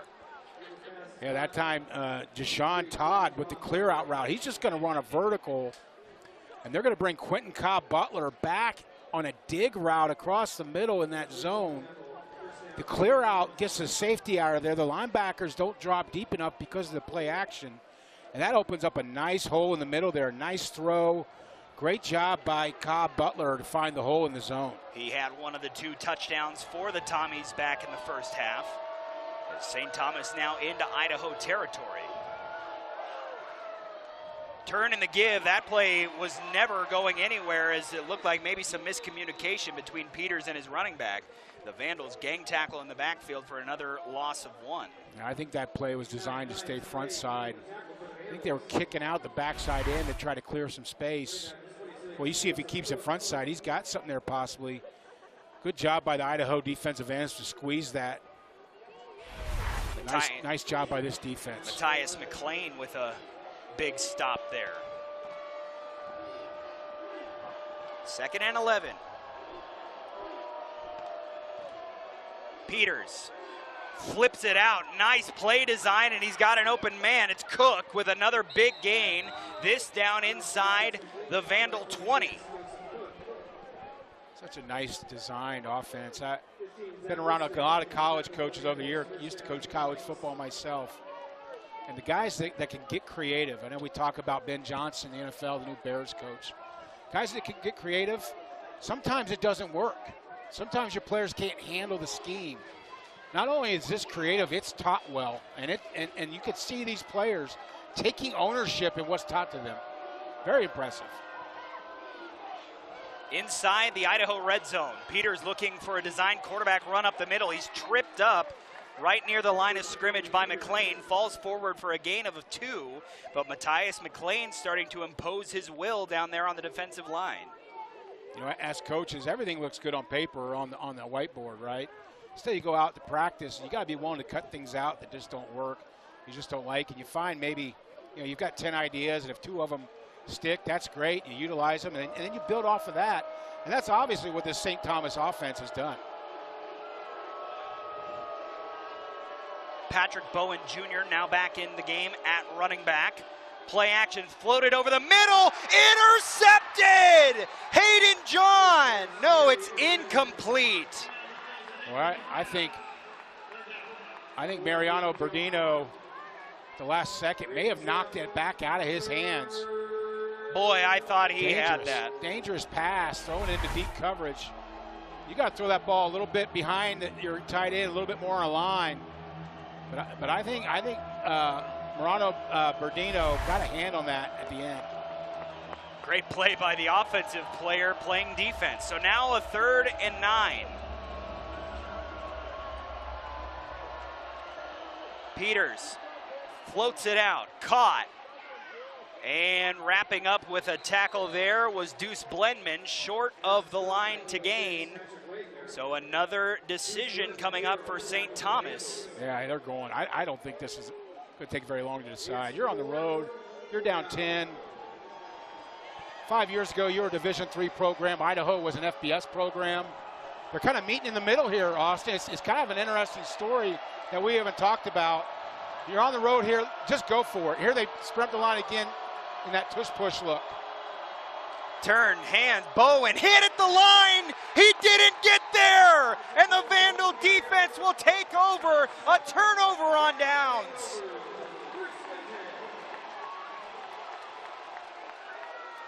Nice job by that Vandal front. They give a tush-push look, and then they hand it. I kind of like maybe trying to go more outside with that, or just get in your regular formation. I'll tell you this, Coach. What a play there by Dylan Lane. Yes. This Idaho team last year lived on goal line stands and 4th down stops here in the Kibbie Dome. Obviously different coaching staff and some new faces on that defense. But the DNA of that tough defense, bend, don't break, and make stops when you can, lives on. What a stop. So the Idaho offense, who got off to a rough start but then had a lot of success, especially in that second quarter, will take over deep in their own end. A loss of 1 here as Art Williams is gang tackled by that St. Thomas front. What Idaho coaches would love to see here. Obviously, there's nothing wrong with a fast strike, big play touchdown. But maybe a 7 or 8 minute drive with a touchdown at the end, where they just kind of demoralize one play at a time this St. Thomas team and try to get to a 17-point lead and maybe put a little doubt in the minds of these young men from Minnesota about coming back. Caden Nelson putting together a really nice game for St. Thomas, had the tackle there. Joshua Wood, a little flare out to the right. This is Art Williams looking for a lane, and a flag down behind the play. This is coming back. It's a holding call. I actually don't like this call. I think he was still pushing forward. And a little grab of the jersey, but I think his hands were inside. Anytime the defensive back falls backwards, I think it's tough to call holding, but it's right in front of that guy on the St. Thomas sideline. He had to make a decision. Nolan McWilliams whistled for it. You'll get a look here as he was one of the blockers set up in this little screen. You see the look. Receiver waiting here, right there against number 2. His hands are inside. I think that's a really nice block. You know, I think number 2 may have given up looking for the holding call. I don't think you reward a young man for that. So it backs him up to now a 2nd and 15, and they're standing in the shadow of their own end zone. This time they'll just go straight ahead to Williams for a gain of a yard or 2. But it's looking like, unless the Vandals pick something up here, we could see LJ Harm for the first time today, the Idaho punter, and he unless the Vandals get a good chunk here, might be punting out of his own end zone. Yeah, it's right now, look for maybe a screen, something to get 6 or 7 yards, just to give it room. You don't want to snap the football from the 6-yard line. Third down, St. Thomas trying to get the ball back with good field position after not being able to pick it up on 4th down. Wood out to Williams again. Art Williams cuts up the field, looking for the first down marker, can't quite get there. And still a healthy 3 yards short, so you'll see the Vandal punt team likely for the first time today. Yeah, here they come on the field. You know, St. Thomas is going to bring their punt returner, kick returner, Deshaun Todd. He's going to probably put his heels at about the 42-yard line. Well, L.J. Harm comes out for the Vandals. He was excellent against WSU. 5 punts, all 5 of them downed inside the 20. 3 of those punts downed inside the 10. Obviously not going to be in the situation to do that here. I was watching him at halftime a little bit too, Austin. He turns that ball over well as well. He can really kick it. Great pickup by his blockers. This punt will land right around the 50 and take a sideways bounce, go out at the 50-yard line. That's where St. Thomas will take over. Under 8 minutes to go in the third quarter, still a 10-point lead for the Vandals.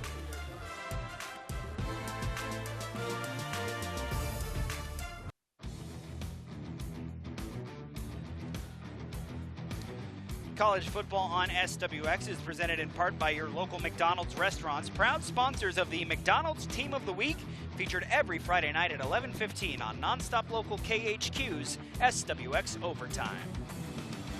Had our first SWX Overtime show last night with high school highlights to be found. If you missed it, head to our website, swxlocalsports.com. We'll have the breakdown there for you. Fightin' Taters holding a 10-point lead here with 7 minutes, 49 seconds remaining in the third quarter. Austin Getz, the coach, Adam Shackelford joining you. Coach, St. Thomas comes out. We're able to move the ball last time, but just denied on that 4th down attempt. And an incomplete pass here, but a late flag coming in. Yeah, I think they're going to call it collision downfield after 5 yards. I think this is going to move the sticks here a little bit for pass interference. Defense number 10. The ball will be placed at the spot of the foul. Automatic first down. Any bump down after 5 yards, that back judge is looking right at it. You see there, he kind of bumps him, grabs him. Yeah, I think that's a good call. You got to call that. And it's tough, especially when you got a big body like Patrick Wagner coming at you at 6'4", 250, excuse me. That's a big body to contain there in the middle of the field. We've already seen these big tight ends hurt Idaho in the seams in the middle of the field in this football game. Penalty aided first down as St. Thomas now in Idaho territory. Play action. Peters sets up, pressure coming, gets away from one Vandal, throws over the middle, finds his man for a good gain inside the Idaho 30. Well, another thing these tight ends do well is when things break down, they do a great job of finding the hole, getting in the quarterback's vision. You see here, Wagner comes across on a dig route. He's going to slide back into the hole. He runs back with Peters on a lateral direction and gets back in his vision. Just a great job. You don't really coach that. That's just something a kid either can or can't do. Was a second-team All-Pioneer League player last year. Caught a touchdown last week. Backside action throw for the end zone. Broken up. Deuce Blenman in coverage down there. No flags. Boy, he had he had Patrick Bowen Jr., his running back, wide open in the flat. Probably walks in. Don't be in a situation when you're down 10 points early in the game where you still feel like you got to make the big play. I'm sure his coaches tell him, listen, we need to make the right play. Be 2nd down and 10.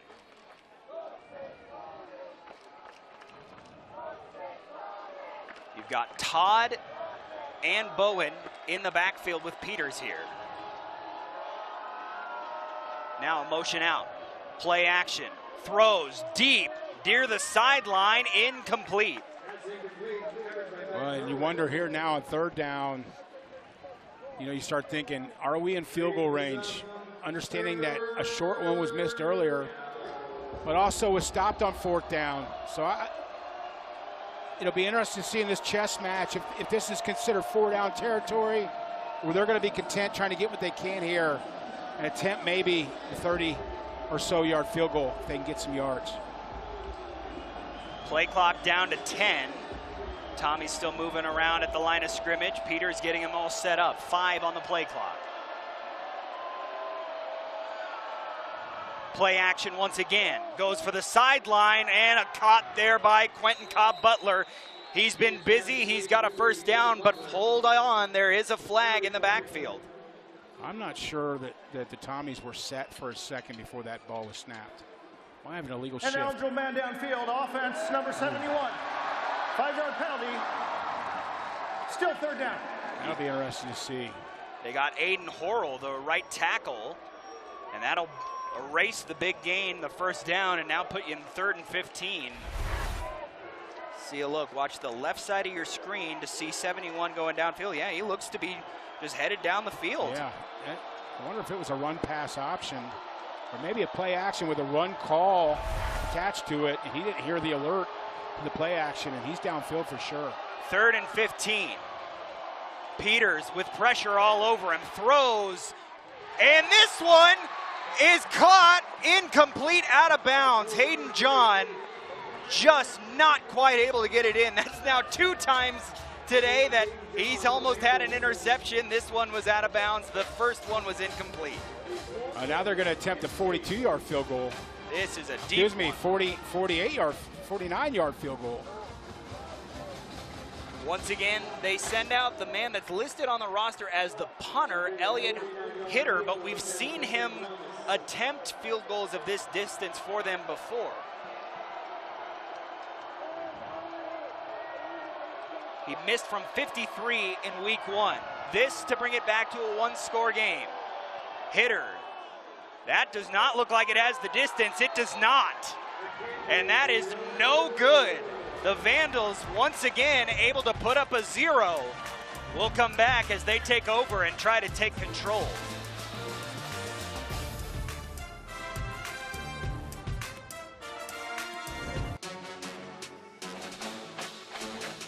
Today's presentation of college football on SWX is brought to you in part by Granite Concepts. Get your dream kitchen, bathroom, or outdoor barbecue started at GraniteConceptsNW.com.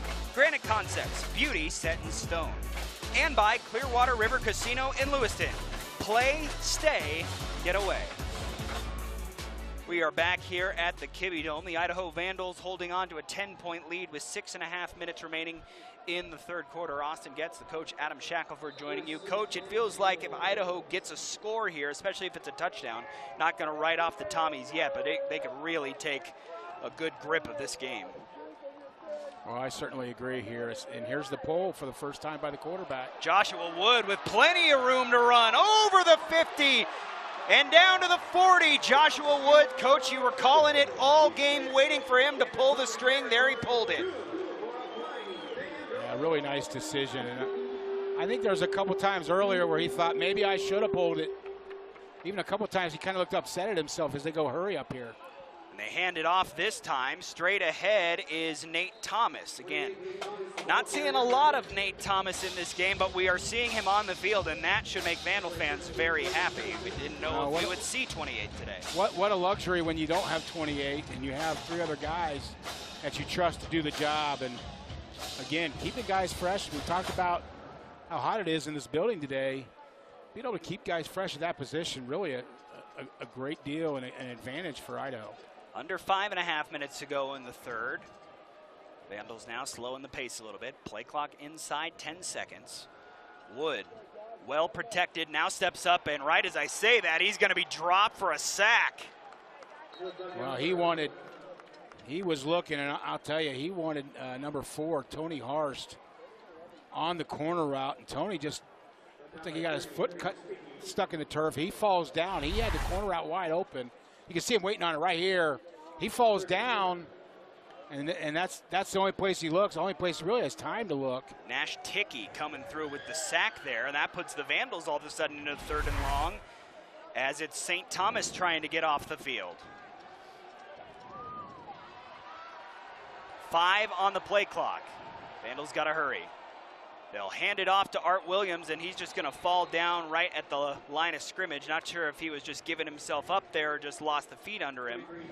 But it's going to see the second time we see the Vandal punt unit come out. And this is more a situation where L.J. Harm becomes so dangerous. Just ask the Washington State Cougars.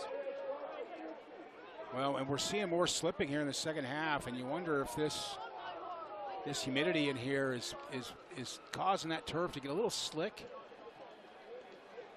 Seen some slips by both teams on some routes, on some cutbacks. Here's Harm. First punt was 33 yards out of his own end zone. And I believe the Vandals may have just taken an intentional delay of game, unless they got the timeout first.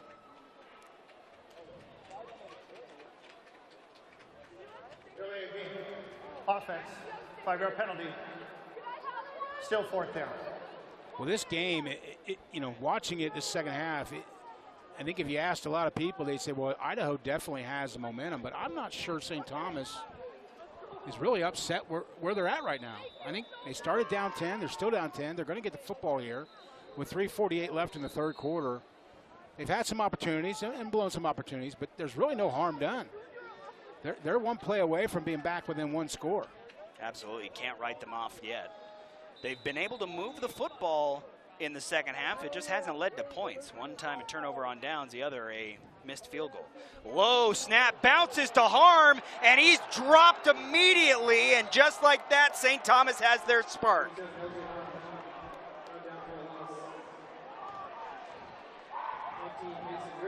Mason Richter, the first one there. Bad snap, and Harm never had a chance to get it off. Yeah, really great punt right there before the delay of game, but here, not his fault, just a bad snap. Really a good job by holding on to it. If that ball pops loose, there's 3 guys that can scoop and score. And this game really changes that point. But I think we're to the point now with 3:43 left in the third quarter. This is a must, points on the board of some kind by St. Thomas. Give the ball back to Idaho again. They're going to be able to run some clock, you would think. There's got to be a little bit of a, no hesitation here and try to get it in the end zone. First time we've seen this formation from St. Thomas today. They'll turn and hand it off to Cook, who goes up through the middle of that Idaho defense, I should say, for a first down. Well, we haven't seen Cook a lot, but remember, he had a nice big run on the first drive of the game of about 65 yards. There, another nice one. They utilize him at the right times. Now all of a sudden into the Vandal red zone. St. Thomas, of course, not out of this one yet. Turn and the give. Not as productive this time. Does fall forward for positive yardage.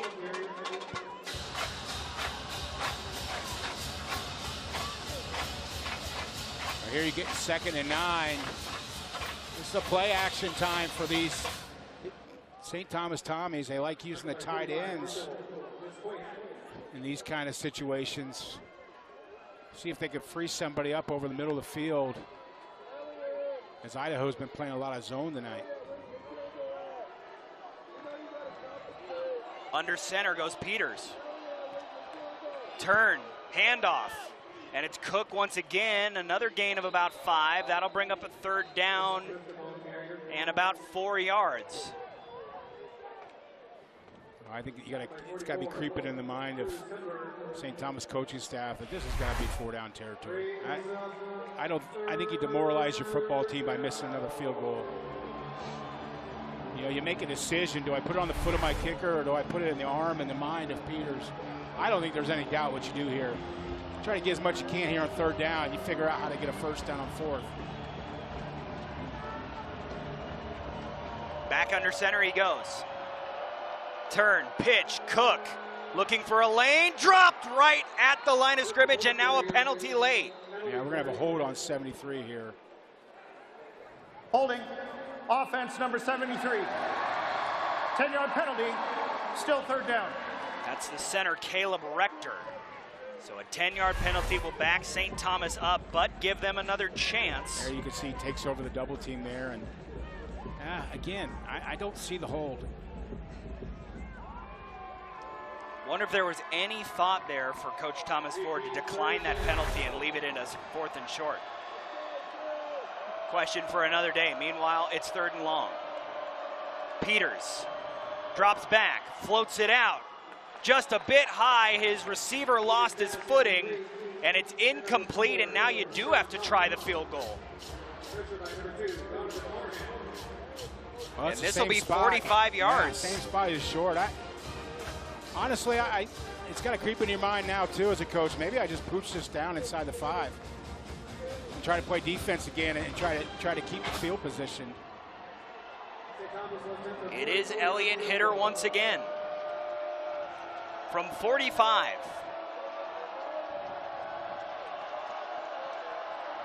Play clock down to 5.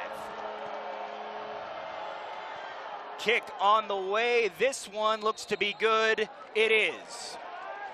So the Tommies do bring it back to a 1-possession game. 23-16 late in the 3rd quarter here in Moscow.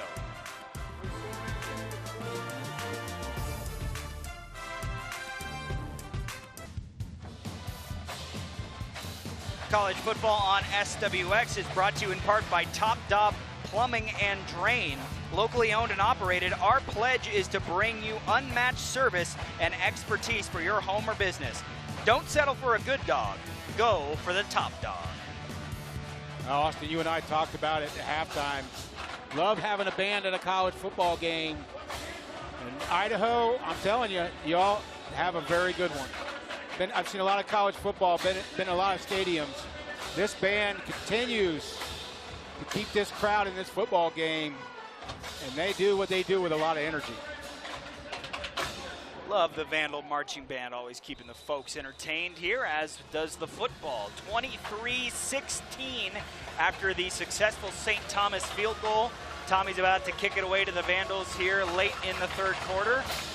And this boot headed angled towards Zach Wustig, who will take it and look for space, and he's got a little bit of it, but a near touchdown saving tackle.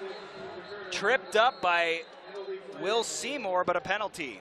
Yeah, you're going to get a late flag called from the farthest official from the scene of the crime here, which is interesting. It was thrown all the way from the other sideline.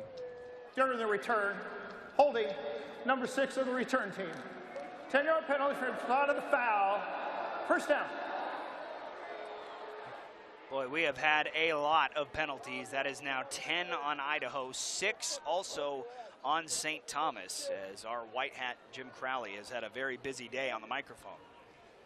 So it wipes out some of that return. The Vandals will start with it on their own 18-yard line, as they're looking for their first scoring drive of the 2nd half. Went into the locker room with a 23-13 lead. Since then, just 3 points in the 3rd quarter coming off the boot for the Tommies. Here's a handoff. Art Williams trying to start off the drive with a good note, but just as he gets up to the middle of the field, another penalty flag behind the line of scrimmage. Well, I'll tell you, Coach Ford is going to get very frustrated. And I understand why. I've been fined a lot of money over the years for talking about officials. I could probably do it here and no one could take my money, but I'll tell you, I think Coach Ford's going to have a long conversation. You see the frustration. It's tough. The 5 and 15-yard penalties, you just can't deal with, as a coach drives you crazy. But there's holding on every play. Sometimes these officials, you can't mess up the groove of the game, the flow of this football game. Now 11 penalties on Idaho in this game. It backs up the Vandals to 1st and 19. Here's a handoff. Williams trying to get some of that yardage back. He's back up to the 15-yard line, where it'll be 2nd and long. Well, now you get 2nd and long. Looks like 2nd and 15. St. Thomas can force another punt. You had a bad snap last time. He's making this game very interesting as we have 44 seconds and counting here in the 3rd quarter. Looks like they have to run one more play before the 4th.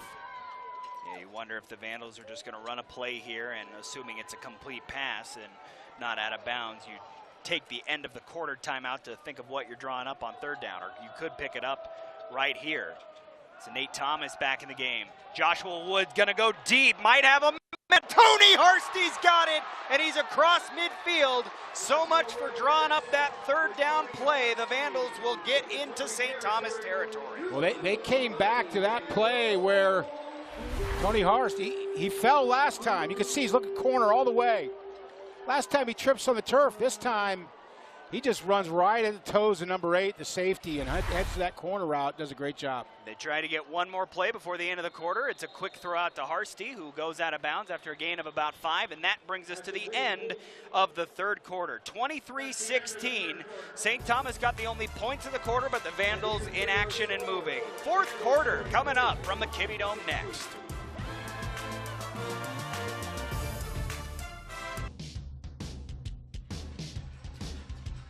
College football on SWX is sponsored in part by Dr. C Family Dentistry.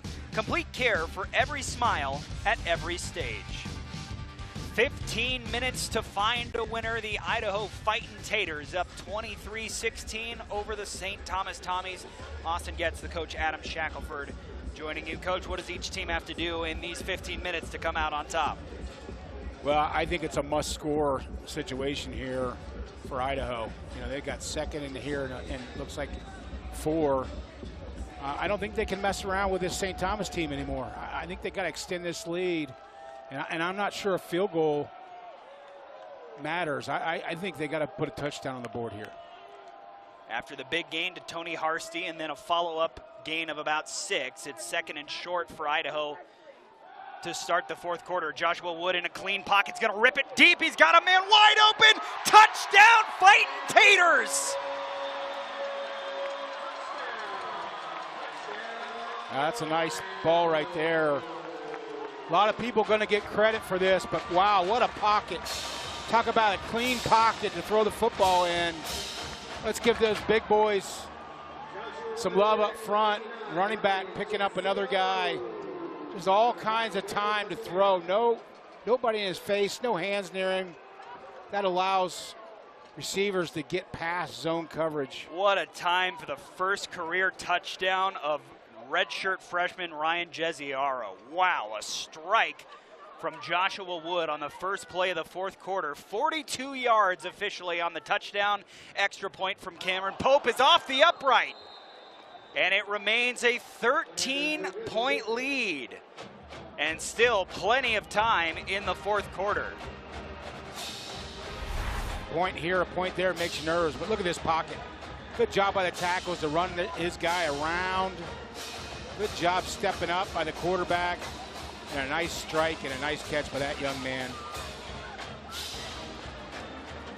Again, I hate to focus so much on the interception from Joshua Wood on the first throw of the game, but I only bring it up in this context to say how mentally strong must he be. You know, home opener, so much riding on this season, a tough emotional loss last week, and then your first play out here, you throw an interception. We could have seen him crumble. Instead, he's done the exact opposite. His official stat line right now, 19 of 24, 274 yards and 3 touchdowns. Well, and being more than one, you know, he's not one-dimensional. He can run too. He gets the guys in and out of the offense, makes good decisions in the run game, and then you add on this ability to throw the ball down the field. The rest of the Big Sky is going to start peeking at this Idaho team. I know they're ranked and they're not going to hide from anybody. But this is a very, very solid football team. They just got to work out some of their mistakes. From the 1-yard line, St. Thomas is going to run it out with Jashawn Todd. And he's dropped inside the 20-yard line on a great chase down and tackle from Ryder Bordner. Yeah, Ryder comes from all the way on the outside. Look at, even Coach Ford giving him some love there. Old special teams coach. I'll tell you, there's a huge hole there. If he doesn't make this play, Jean Todd's got something. If you look right there, as a couple other guys get off there at the end, but he may have something there. That's a great effort coming all the way from number 1. Right side of your screen. The other guys are falling down. He may be able to bounce that to the outside if he doesn't get tackled. St. Thomas down, certainly not out, as the better part of 15 minutes to work with, but they are down 13. That ball was down before it came out, so that'll be a pickup there by Bowen. Patrick Bowen Jr. has had a productive day running the football. Well, and the way that Idaho can burn clock on offense, you wonder how much longer St. Thomas is going to be able to be run happy. They may have to start spreading it out, which they don't want to do, but they may have to here soon. Turn, handoff. Bowen trying to stutter step his way through the line. Gain of 2, maybe 3. It's still going to be third down and short, about 1 yard. Coming up here for the Tommies as we tick down under 14 minutes to play. Zach Krotzer officially credited with the tackle. Because field goals are no longer an option. You're down 13. You've got to get a touchdown here. And you've got to get a touchdown in the next probably 3.5 minutes. And then you've got to get a goal line. You've got to get a stop and get the ball back. But 2 yards in a cloud of dust is not going to work for this St. Thomas team. Turn and a give. Right near the line of scrimmage. Looks like he might be short. That time it was Xander Rocco on the carry. But the Vandals defense has held once again, and here comes a monumental 4th down. And they're going to huddle up here. You don't see a huddle very often by St. Thomas, but they're going to huddle here. Make sure everybody's on the same page. You wonder if they come out with that tush-push look. One time we did see Peters go straight up the middle. And one other time he handed it off. Here we go, 4th and inches. Here too. Oh. Straight ahead. This is close, but a flag. I think you're going to have defensive encroachment.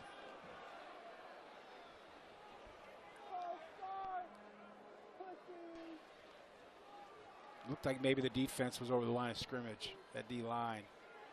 Long conversation. It's either that or the offense wasn't set for a second.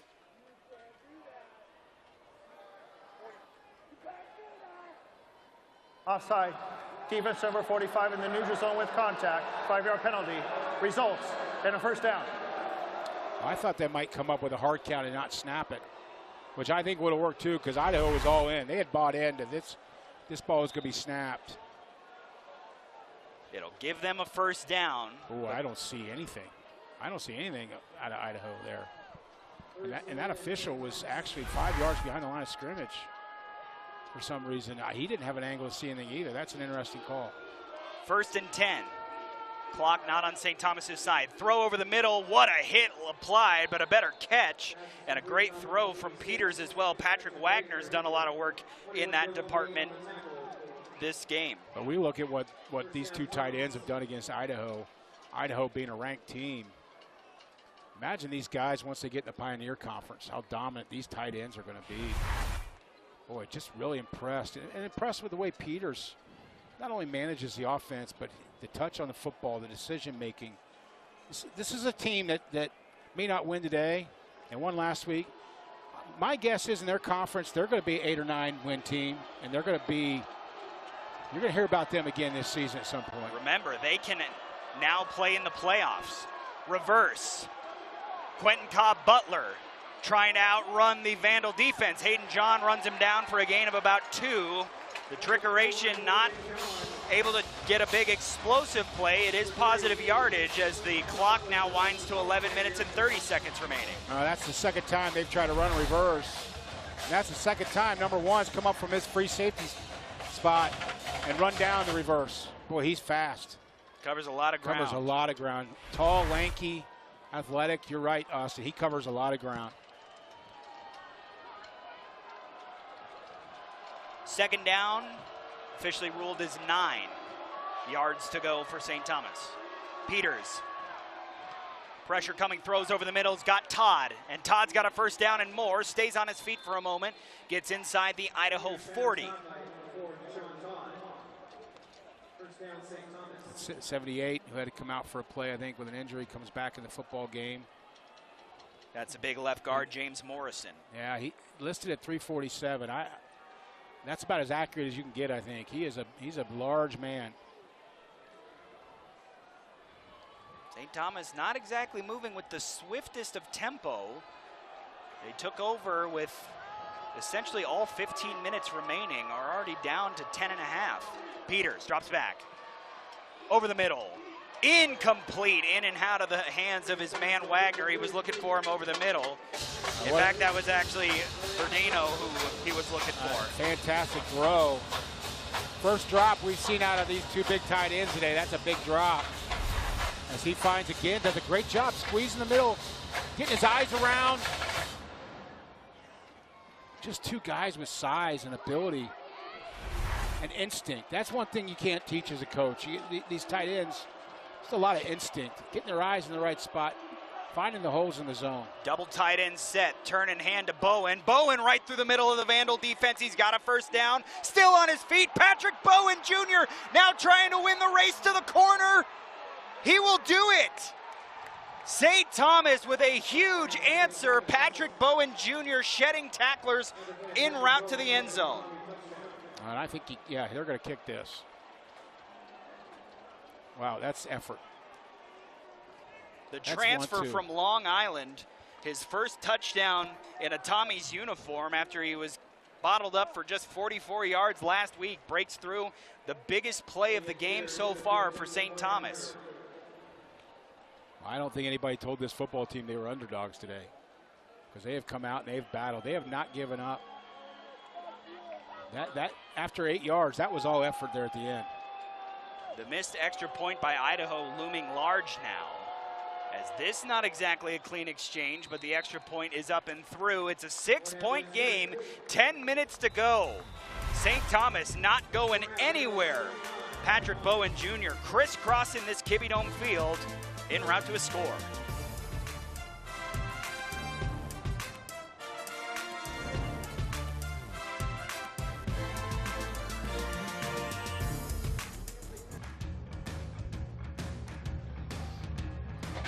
College football on SWX is brought to you in part by Serve Pro of Spokane County.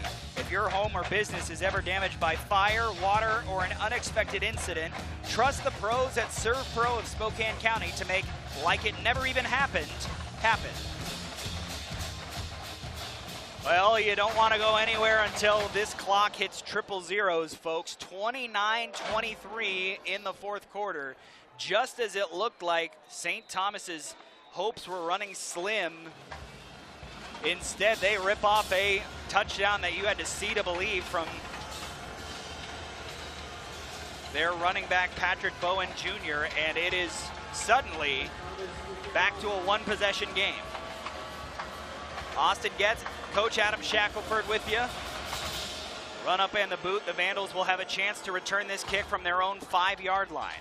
Trying to set themselves up with good field position, but now St. Thomas is really stringing together some good football. Yeah, the momentum has switched. You can feel it. The fans have quieted down a little bit. This is exactly where St. Thomas was hoping to be. Did they think they'd come in and have a lead in the fourth quarter? Probably not. But my guess is Coach Caruso told them, hey, we have to keep this game close.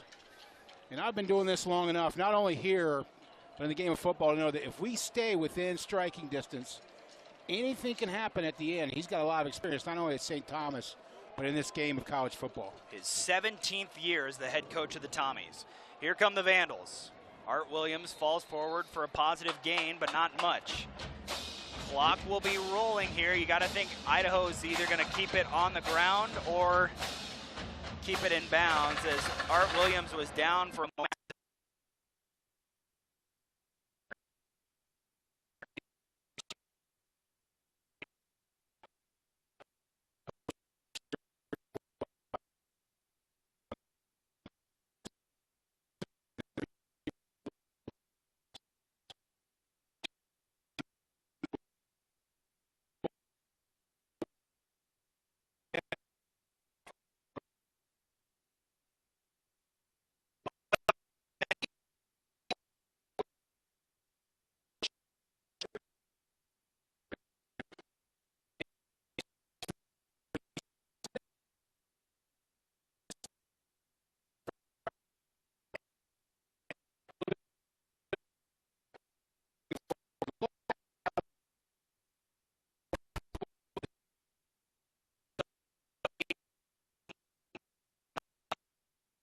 yardage bruiser back.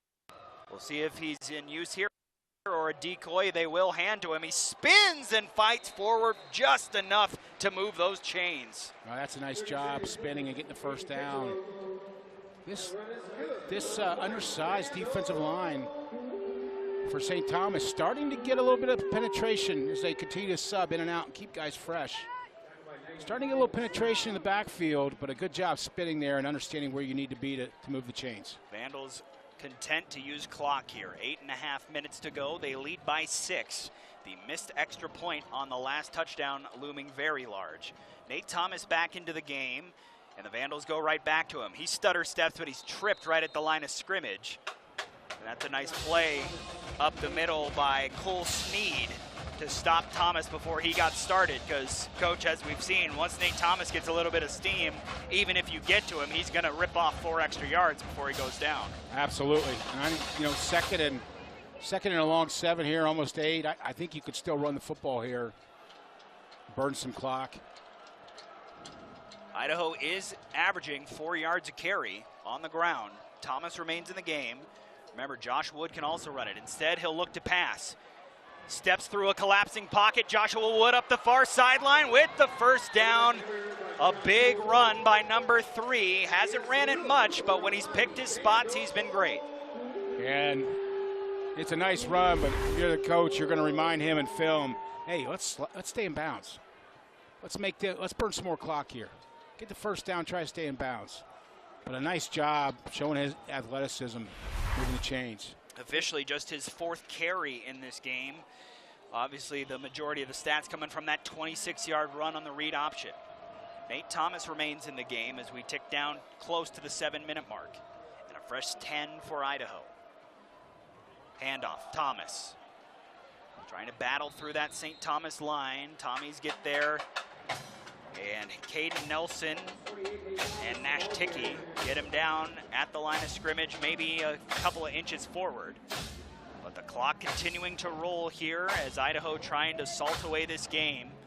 And St. Thomas again, they're not just substituting, they're substituting 5-6 guys at a time.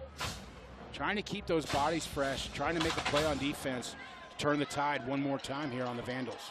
2nd down. Art Williams back in the game. Throw out to the boundary, caught. Throw was just a little bit wide, but Nolan McWilliams was able to haul it in. He does go out of bounds though, but it is a pickup to get it down to 3rd and 3. Well, that was a nice throw. They run that route. We've talked about it tonight, but this might be his nicest throw on that because he did get some pressure in his face. They were on the opposite hash. That's an NFL throw right there. And by NFL throw, I mean he's got to throw across the field and still puts that ball on a dime. Showing his ability to throw the ball around today. 3rd down and 3. 1 yard into St. Thomas territory. Joshua Wood sets up. The pressure coming. He tries to get out, but he's hit. And St. Thomas comes through with the sack. It's Sneed once again. And they've got to punt this football. This is not a situation. And now they may hard count and try to get them to jump and then take a timeout or delay a game and punt it. But this is not the situation where you want to give the ball back to this team at your 48-yard line. Sneed just did a great job of getting off of his block. Idaho keeping the offense out there for the moment. 10 on the play clock. We'll see if they're just trying to get him to jump. And now movement. Nate as a party. You don't see that out of the team captain. Offense, number 74. And veteran offensive linemen very often, but that will back them up 5 yards and stop the clock. Well, the most frustrating thing, I believe, is it probably was no snap, so he had no reason to move. He was probably told no snap, or we'll take a timeout or delay a game. But now they don't get an opportunity here to do that. Now you need LJ Harm to get a good punt away. Remember, there was problems with the snap. This one's clean and away from LJ Harm. A spiraling punt that will push Jason Todd all the way back to his 10 where it's fair caught. And that's where St. Thomas will take over, trailing by 6 with 5 minutes remaining when we come back.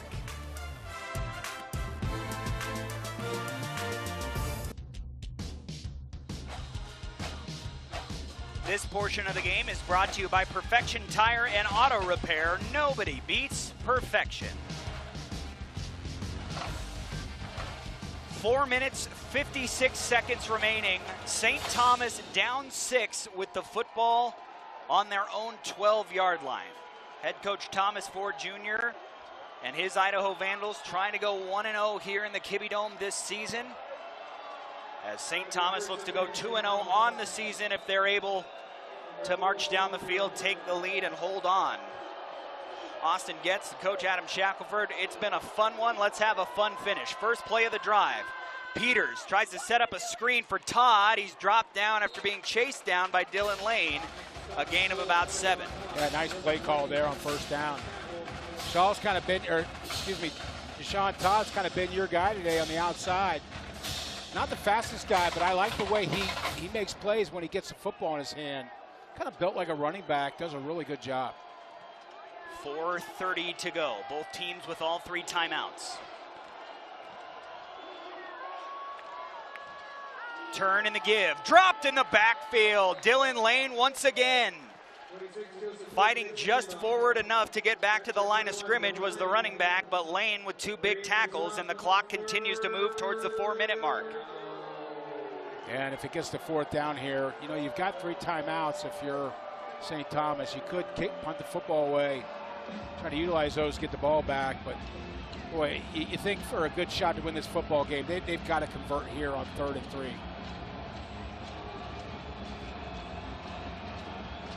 Cook in the backfield. Peters waits for the snap. And the Kibbie Dome getting as loud as it's been all night. Peters rolls left, wrapped up, dropped down. The Fighting Taters get to him in the backfield.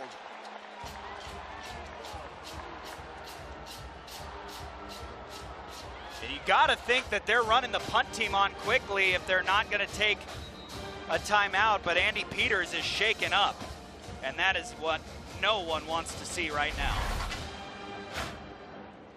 Get a look. Isaiah King was the first one there. There's kind of an awkward way that Peters spun after King got to him. We'll get another look at it. Hard to tell whether it was when he spun or when he planted to step up. And I'm not one to speculate, but we'll take a break and come back and hope that that young man is all right when we return.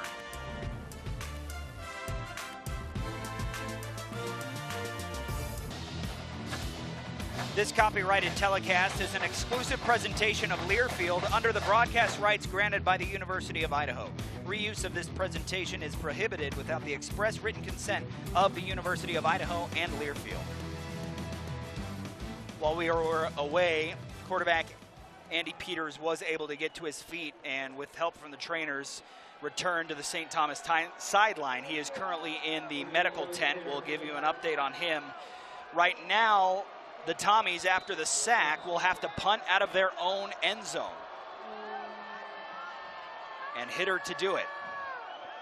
Vandals don't send much pressure. It's a low liner of a kick that's going to bounce and head near the sideline. Tony Harsty not even going to risk fielding it. It goes out of bounds with 3 minutes and 14 seconds remaining, and Idaho will take over. Coach, what do you want to see from the Vandals here if they want to get to the end of this game on top? Well, I think a lot of run, force St. Thomas to use their timeouts, move the chains. You can run this clock out. You don't even have to score, but you've got to move the chains and force them inside 2 minutes to feel uncomfortable.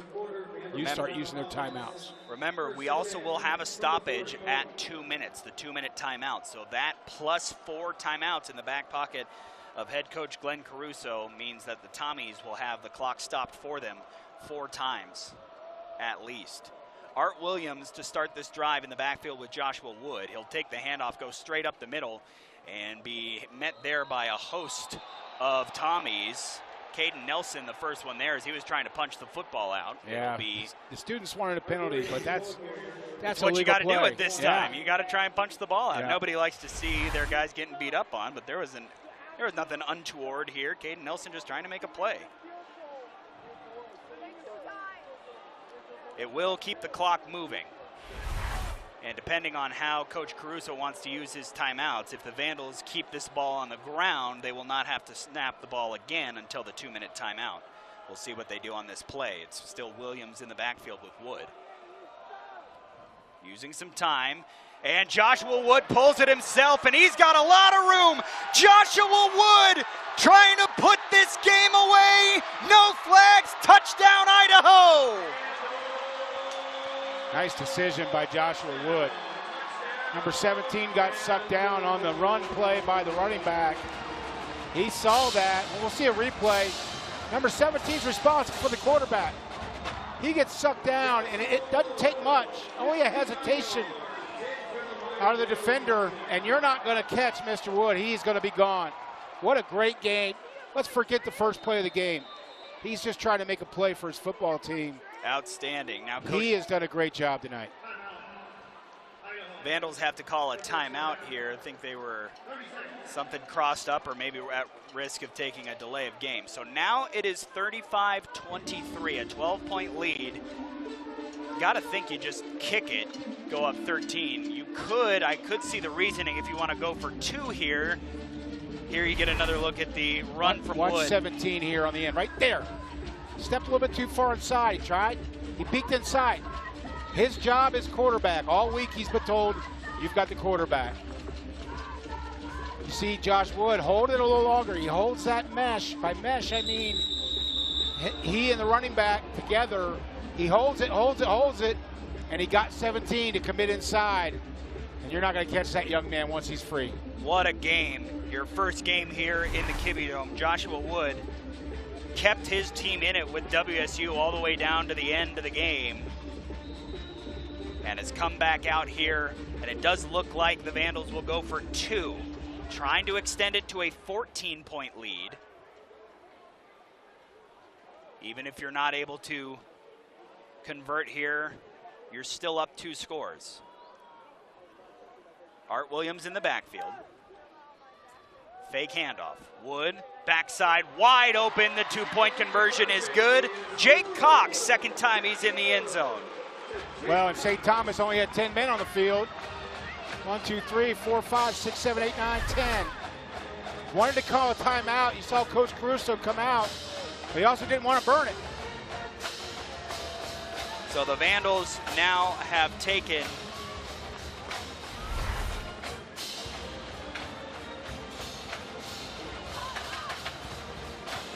a commanding lead here. And sometimes that much substitution can get you in trouble. At some point, you're going to make a mistake, and unfortunately, it was on a two-point conversion, a big play. But you needed 11 men on the field because that zone that was vacated is probably a linebacker that was supposed to be out there. So we will see who comes out with St. Thomas on offense. The medical tent is down, meaning nobody's in it, but I didn't see if Andy Peters went back to the locker room or if he's down there somewhere. I think he is. Well, and you wonder down as many as you are with 2 minutes left, if you don't take the risk, you have a lot of season to play. And you're probably a top 2 team in your Pioneer Conference. You know, at this point, do you really risk it? I think that's the question for Coach Caruso right now. Although, I will tell you the backup quarterback does not have his helmet. Short kick to the 10, where Todd will try and set things up with good field position, gets out to the 25. And his helmet comes off again, so he's got to come out again. One of the main playmakers. And Andy Peters is looking to go out with this offense. Showing a lot of heart. Oh, man, absolutely. Again, the young man, originally from Boise, played 3 years, not too far away at the College of Idaho in Caldwell, transferring to St. Thomas to hopefully finish his career with a trip to the FCS playoffs. Obviously, that's what Tommy's fans are wanting, and back in his home state, back in a building I'm sure he's familiar with, being from this state. He's back out there to try and mount a comeback. 2 minutes and 12 seconds, the 2-minute timeout, and all 3 coaches' timeouts still remaining. So things could get real interesting real fast. Peters drops back. He's looking over the middle. He's got his man, throws a strike. His first play back on the field. How nice is that? And they're quickly into Vandal territory. They could get a snap off before the 2-minute timeout if they hurry to the line.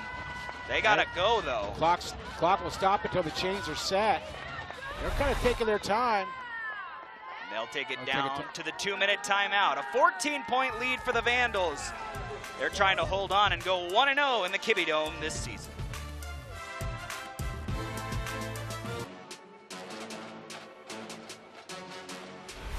Tonight's play of the game brought to you by Fairfield by Marriott. Your place in the Palouse in Moscow. Joshua Wood, 59 yards, and it's sure looking like this is the touchdown that is going to seal things for the Idaho Vandals. Though there is still 2 minutes remaining, a 14-point lead, a lot more comfortable after number 3 ran it in from almost 60 yards out.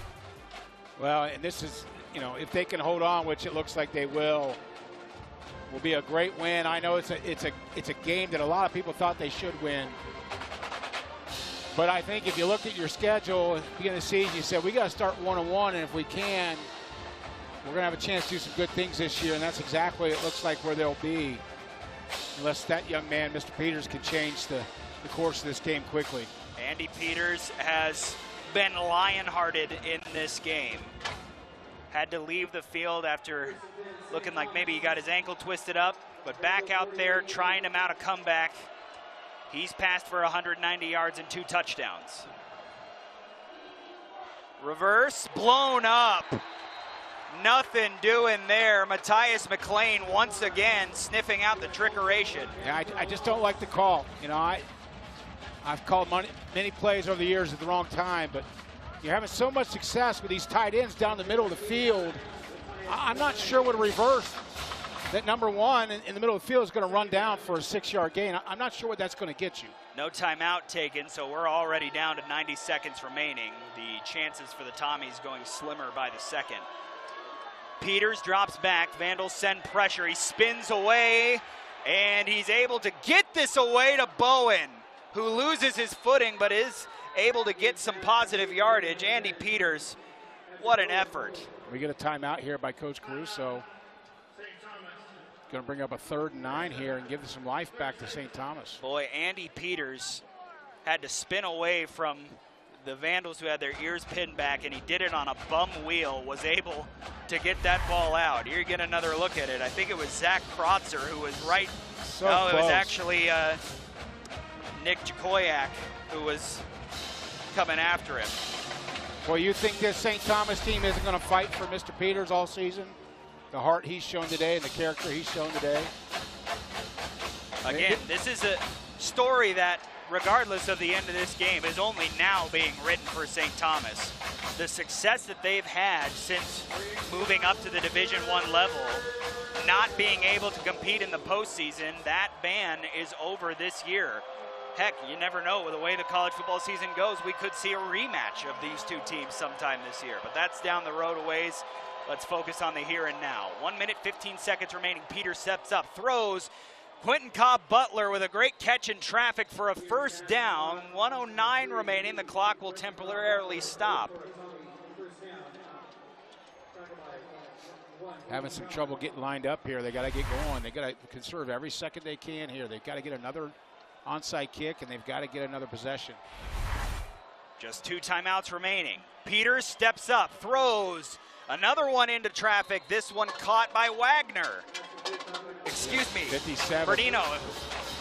They're going to try to run one more play before the timeout. Try to get this thing off before 45 seconds here. Got to go fast. Peters. Pressure from his blind side. Stays on his feet, but down he finally goes. And it's, guess who, Matthias McLean with the sack. And that will force another timeout by St. Thomas. A nice job by Idaho's defense there. It's hot in here, Austin. You can see a lot of hands on the hips. These young men have battled for 4 quarters.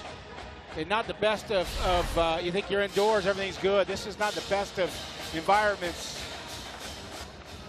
Credit to both coaches to seem to have their team's in good shape coming out of camp. We haven't seen cramps today. We haven't seen any of those issues. And I think it's a nice, no matter how this game ends, I think the Pioneer League is starting to gain some respect in this part of the country. You've got Drake last year. You and I did a game. They came up and beat Eastern. You got St. Thomas with a great showing.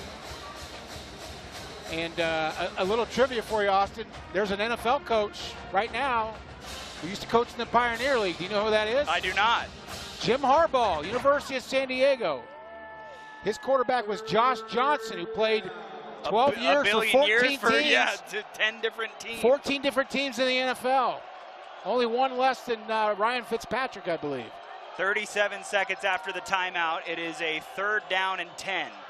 Andy Peters sets his feet, fires over the middle, delivers a strike to Eli Paulson, who's got a 1st down to keep the Tommies' hopes alive under 30 seconds to play. They should spike this ball here. He should get under center here and spike this football. Sure looks like that's what he's trying to do.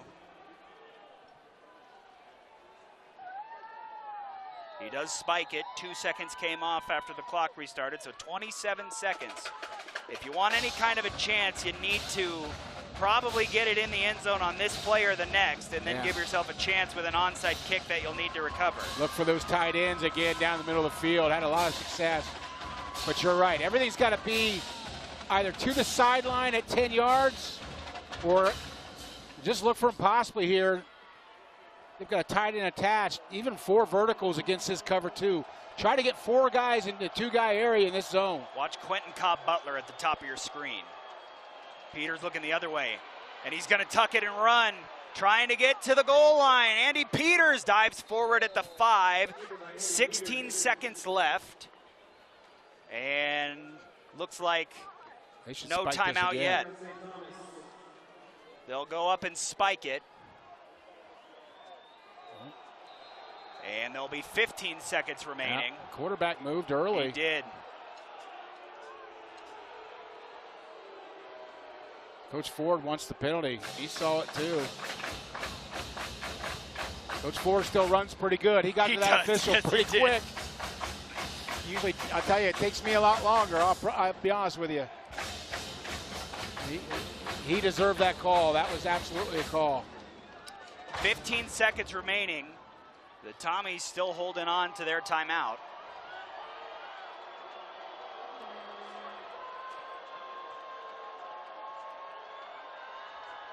Peters drops back. Here's the pressure thrown over the middle at the goal line, falling in for the touchdown. So St. Thomas will bring it back to a 1-possession game with 11 seconds remaining. We've got the most exciting play in football, an onside kick, coming up shortly.